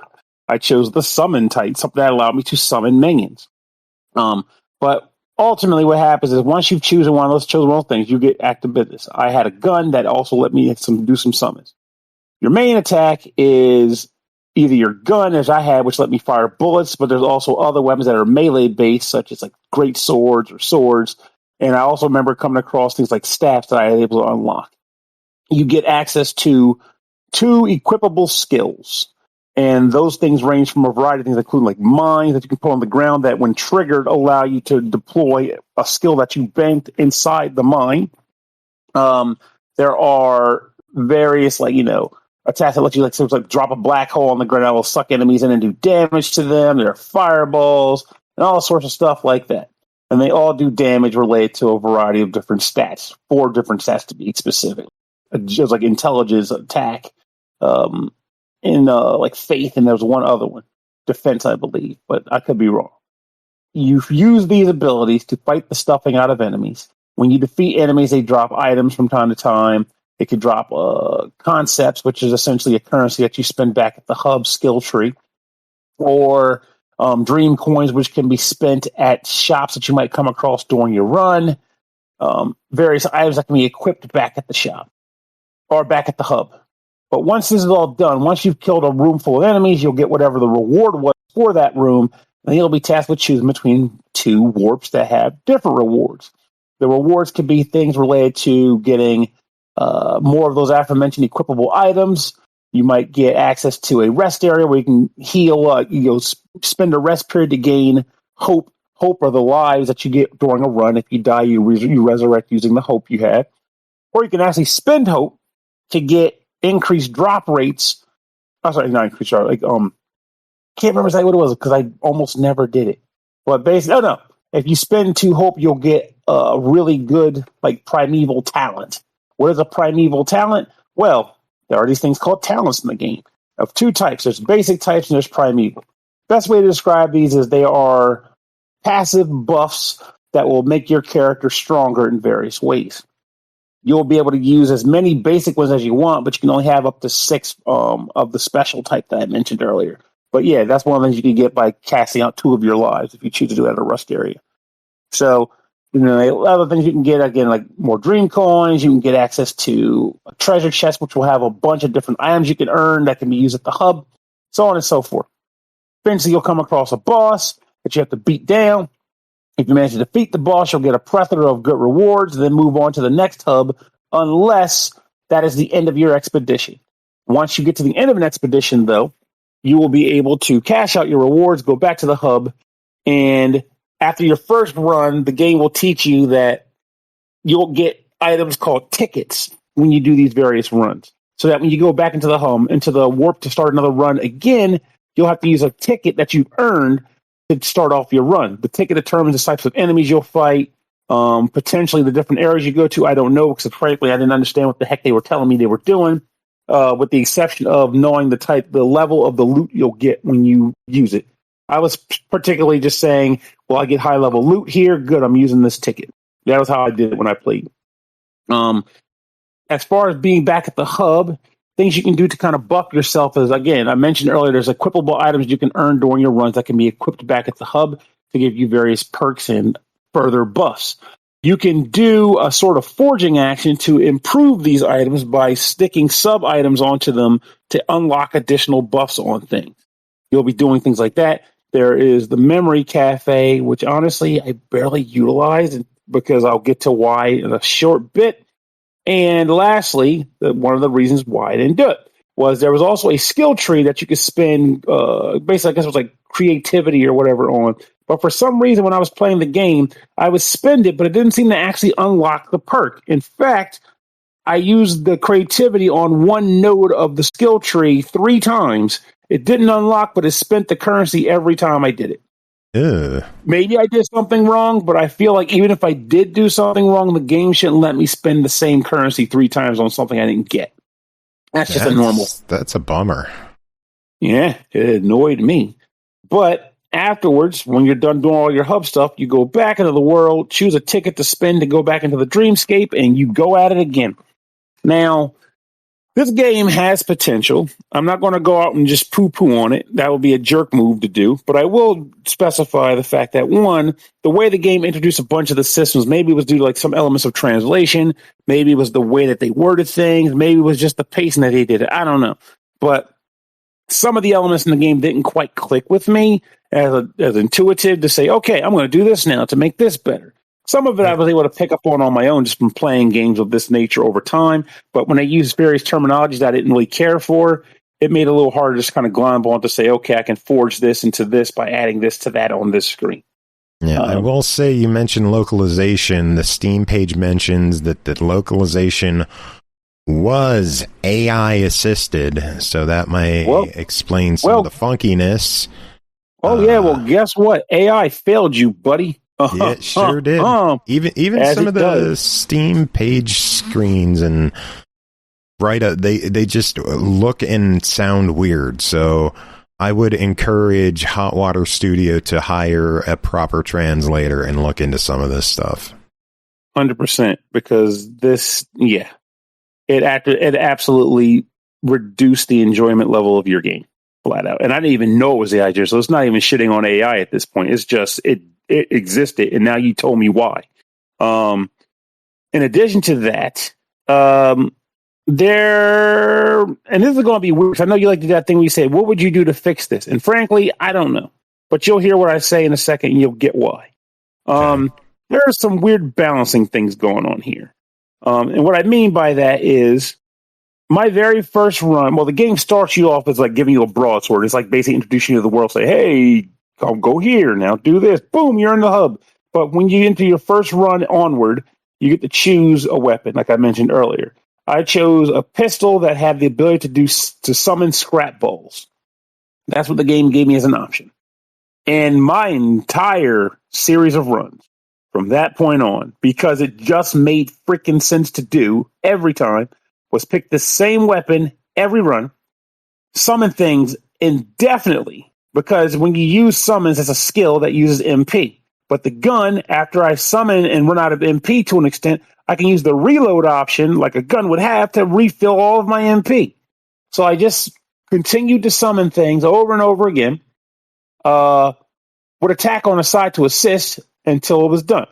Eventually, every perk I earned, every talent, be it primordial or whatever the freaking special, the special ones or the regular ones, whenever I had an option to choose, I took a perk that specialized in supporting summons specifically.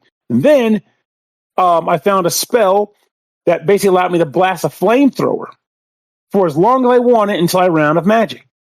So every single run, I did the same thing because it just worked. Regardless of anything I equipped, regardless of anything I did, this was the go-to. And I eventually got a better summon that I could earn. I equipped the better summon. Sometimes I just used 2 summons and just summoned both things. I had a chain running at one point where my casting speed was 80% higher, so I was almost able to instantaneously summon things.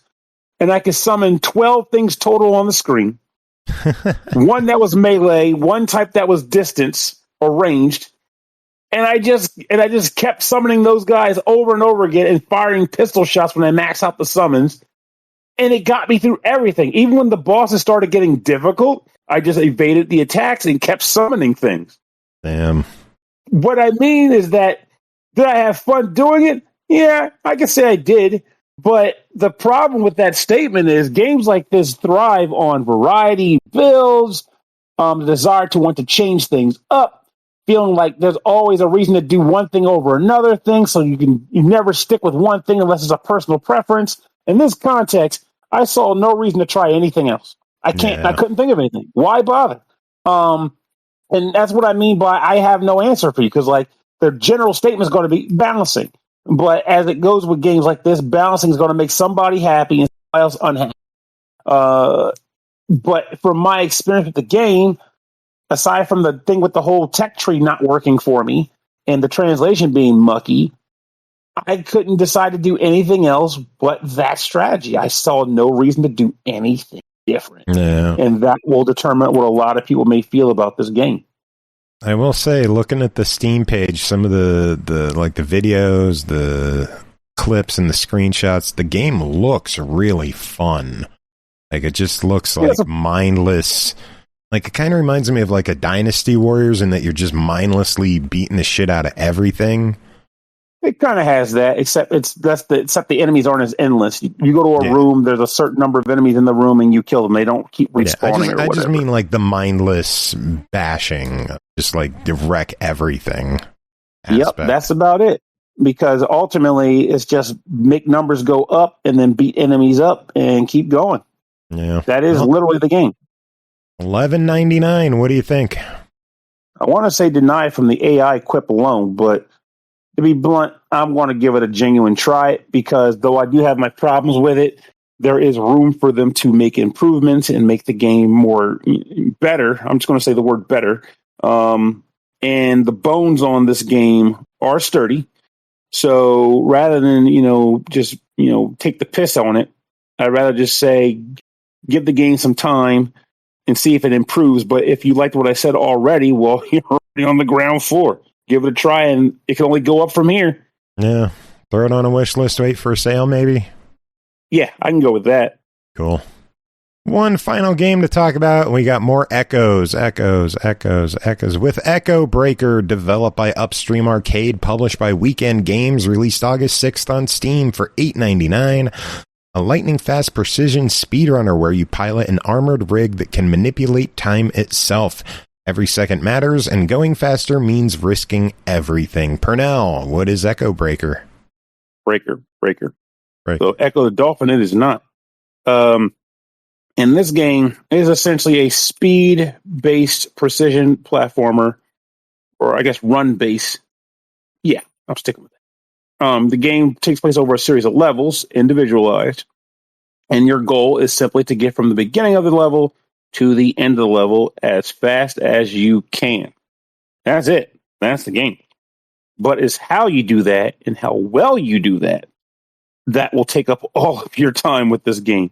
And you will spend a lot of time with this game, because it is the controls are tight, and it is nail-bitingly tight as far as like getting from beginning to end in a perfect run. Every level has this feeling to it. This one looks like it will destroy Aki's senses if she tries playing this one. Very possible. It definitely gave me some run for my money, because you know how I get without getting platinum ranking and stuff on levels. I mean, like the backgrounds and the like, all the flashiness and. Oh, that one I wouldn't go so far. I mean, it may look like that in the screens, but I don't remember being particularly flashy. Like the closest thing you get to flash is there's like a certain type of floor tile that's very bright and shiny. But what happens, like, you'll be running through the game from point A to point B. There's a jump option. And the game will show you in the upper left corner the percentage of speed you are going. Like you're going at 100% speed, maximum speed, or 80% maximum speed. And you want that to be at 100% or greater as long as you possibly can. Did I say over 100%? Yeah, I did. I'll get to that. Every level also requires you to destroy a number of targets before reaching the end of the level. And due to the fact that as a time trial-based game, if you miss a target, just start the level over. There's no point in trying to find it unless you just give it up. The way you take out targets is as you run through levels, you'll occasionally come across a weapon. Quick, does it have a quick restart, or does it you have to stop and hit pause? Thank God it does. The select button kicks you right back to the thing. You go again, and it's very good. A pretty quick reset. I'm grateful because for a while I was going to the menu and I hated it. So, but the game eventually said, "Oh, you can just press this button." It's like, thank God. But the way you destroy enemies is occasionally you'll come across a weapon on the ground, and once you pick it up, the weapon will give you a number of distinct uses. And if you use it, I guess before I say that, also you do have a default weapon that's pretty weak and shiny, like picky. But if that's what you need, that's what you need, and you can attack enemies with it to kill them. But occasionally you will find better weapons on the ground that you can use to get the job done more efficiently. Those weapons will also have a special effect that you can use to attack from a distance, but it will use the entirety of the meter for the weapon when you apply it. So use sparingly. You'll be linking these all together to try to kill things, get through the level, and get to the end before the time runs out. Now, why is this game called Echobreaker? Well, because of the one feature I'm about to describe right now, which is that eventually the game introduces echoes. Echoes are essentially your life. Every time you take a hit, an echo goes away. You run out of echoes, you die. But if you like living on the edge, which to get those platinum ranks, you're going to, you can actually spend an echo to do a little bit of time manipulation or time dilation. The game will kind of slow down a little bit, giving you the ability to, I guess, potentially dodge attacks or whatnot, but the primary reason to do it is because of this. You can attack enemies while the game is slowing down. Every time you kill an enemy while you're in the middle of an echo stasis, you'll develop a charge. And when you run out of echo timing, as in it might take a 5-second run, once it runs out, you'll get a massive burst of speed that can help you get a better time. In addition to using echoes for that, you can also use them to give you a boost when you jump in the air. So essentially a double jump. If you don't get where I'm going with this yet, you will after the next thing I say, which is that in addition to that mechanic, there are also the occasional speed boost zones. Think F-Zero's healing zones where you drive through like goo, goo, goo, goo. In this case, if you drive through them, you'll get a speed boost for the entire time you're running through it. Combine echoes with those dash zones, and also the effect that you can occasionally find ways to kind of break the map and do things that you were almost not intended to. Well, you're intended to do them, but on the offset, you wouldn't think you were intended to do them. And you're looking for shortcuts and looking for every which way you can to shave even a millisecond off of your time. At the end of a level, based on the ranking you get, you'll unlock various things for future plays. What's most notably, in my personal opinion, is a potential hint icon. If you get a gold ranking on a level, the game will show you, or it might be silver, either way. The game will eventually show you an icon during the run of the map indicating a potential shortcut that you could take if you figure out how to do it. It's a good way to give you an indication right off the bat, like, man, I'm not doing this as efficiently as I thought I was. Time to try this new shortcut. There are things that the game, I don't even want to say certain things because I feel like it was cool for me to learn them myself. But there are things you can do that will essentially feel like you're breaking the game, including, though this is fine to spoil, including jumping off the edge of the map because you see another platform way off in the distance you can make it out to if you do things just right. This game has that secret sauce to it. The music is good. The pacing is frenetic. Every turn is tight. Every second matters. The restart button is just a thumb press and a millisecond away. And one more run will roll off your tongue. Now, one thing that I will say this game might piss people off for, in fact, I know it's pissed a couple people off because I've seen them talking about it online, but it doesn't really bother me for a specific reason, and that is that the last levels are walled behind damn near perfecting the game. As in, you have to unlock the last levels by getting high to perfect rankings on the levels that came before it. Ouch. Many people hate that by complaining about the game locking levels behind skills. I am not that guy, because I remember an era when you could unlock things by doing things well, as in to say, here's your reward for doing well in this game, more content. I get that some people don't want that, but I'm one of those people that hate it when I beat Mario 64 and all I got was a dumbass triple jump and the Yoshi on the top of the castle.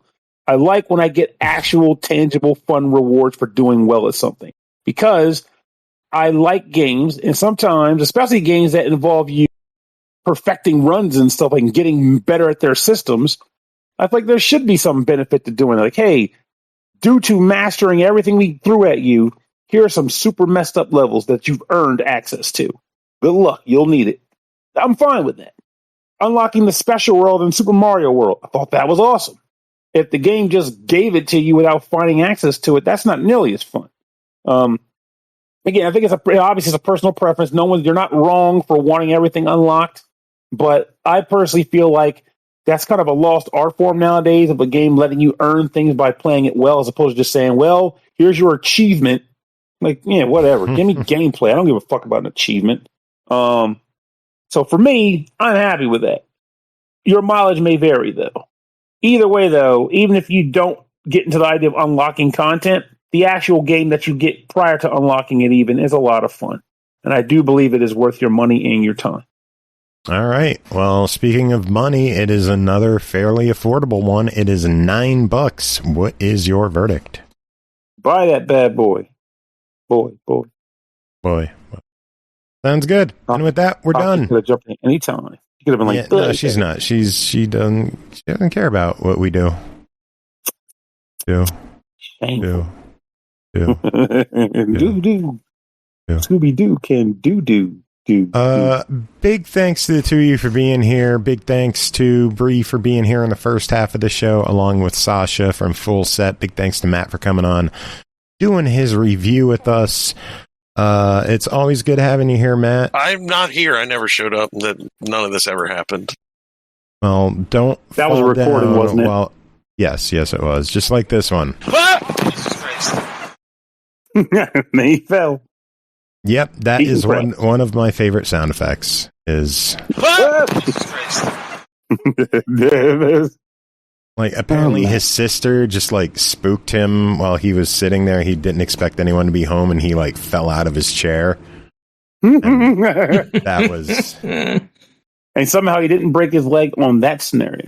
I know, right? Isn't that crazy, Matt? What? My leg. All right. We are going to end the show with some more Mustin music from his Final Fantasy VI album. This time we're going with Strago's theme. How do you think that'll go? He's old, but he's enjoyable. Good stuff. Have you listened to the album yet? I'm behind in like everything. Oh, dude, it's so good. We got to get. What's it called? It is A World of Balance, character portraits from Final Fantasy VI. Okay. I'll look it up. It is very, very good. It is available on all digital outlets now. You can get it on Bandcamp. I actually just bought it on Bandcamp so I could get a physical CD to give to my mom. Well, she will listen to that? Oh my God, she loves Mustin. That's awesome. Yeah, she was so thrilled the One-Ups played my wedding. Like, that is really cool. She loves William Reyes from the One-Ups. Like, she was thrilled when he accepted her friend request on Facebook. She was like, "Oh my God, he accepted my friend request!" It's like I met a celebrity. You sure did, Mom. You sure did. I love it. My mom's awesome. But, my mom wasn't in any of that video game stuff. So yeah, your mom is pretty awesome for that alone. I think I told the story that she used to be able to beat Contra on 3 lives, no continues. Damn. She's better than most people at that game then. Yeah, no shit. She used to be really fucking good at games. And then she just stopped caring. I don't know. Anyway, we are going to play that song from Mustin. Does Aki, we'll give it to you. Do you have any final words to end the show since you've been quiet? No, sorry. Come on, you got to have something. You've been sitting there this whole time. You've got to have something built up. Like, I've been scratching my crotch this whole time. What else do you want me to do? Nah. Should we give Matt the final words? Yes. Of course. That whole folder almost killed me. Jesus Lord.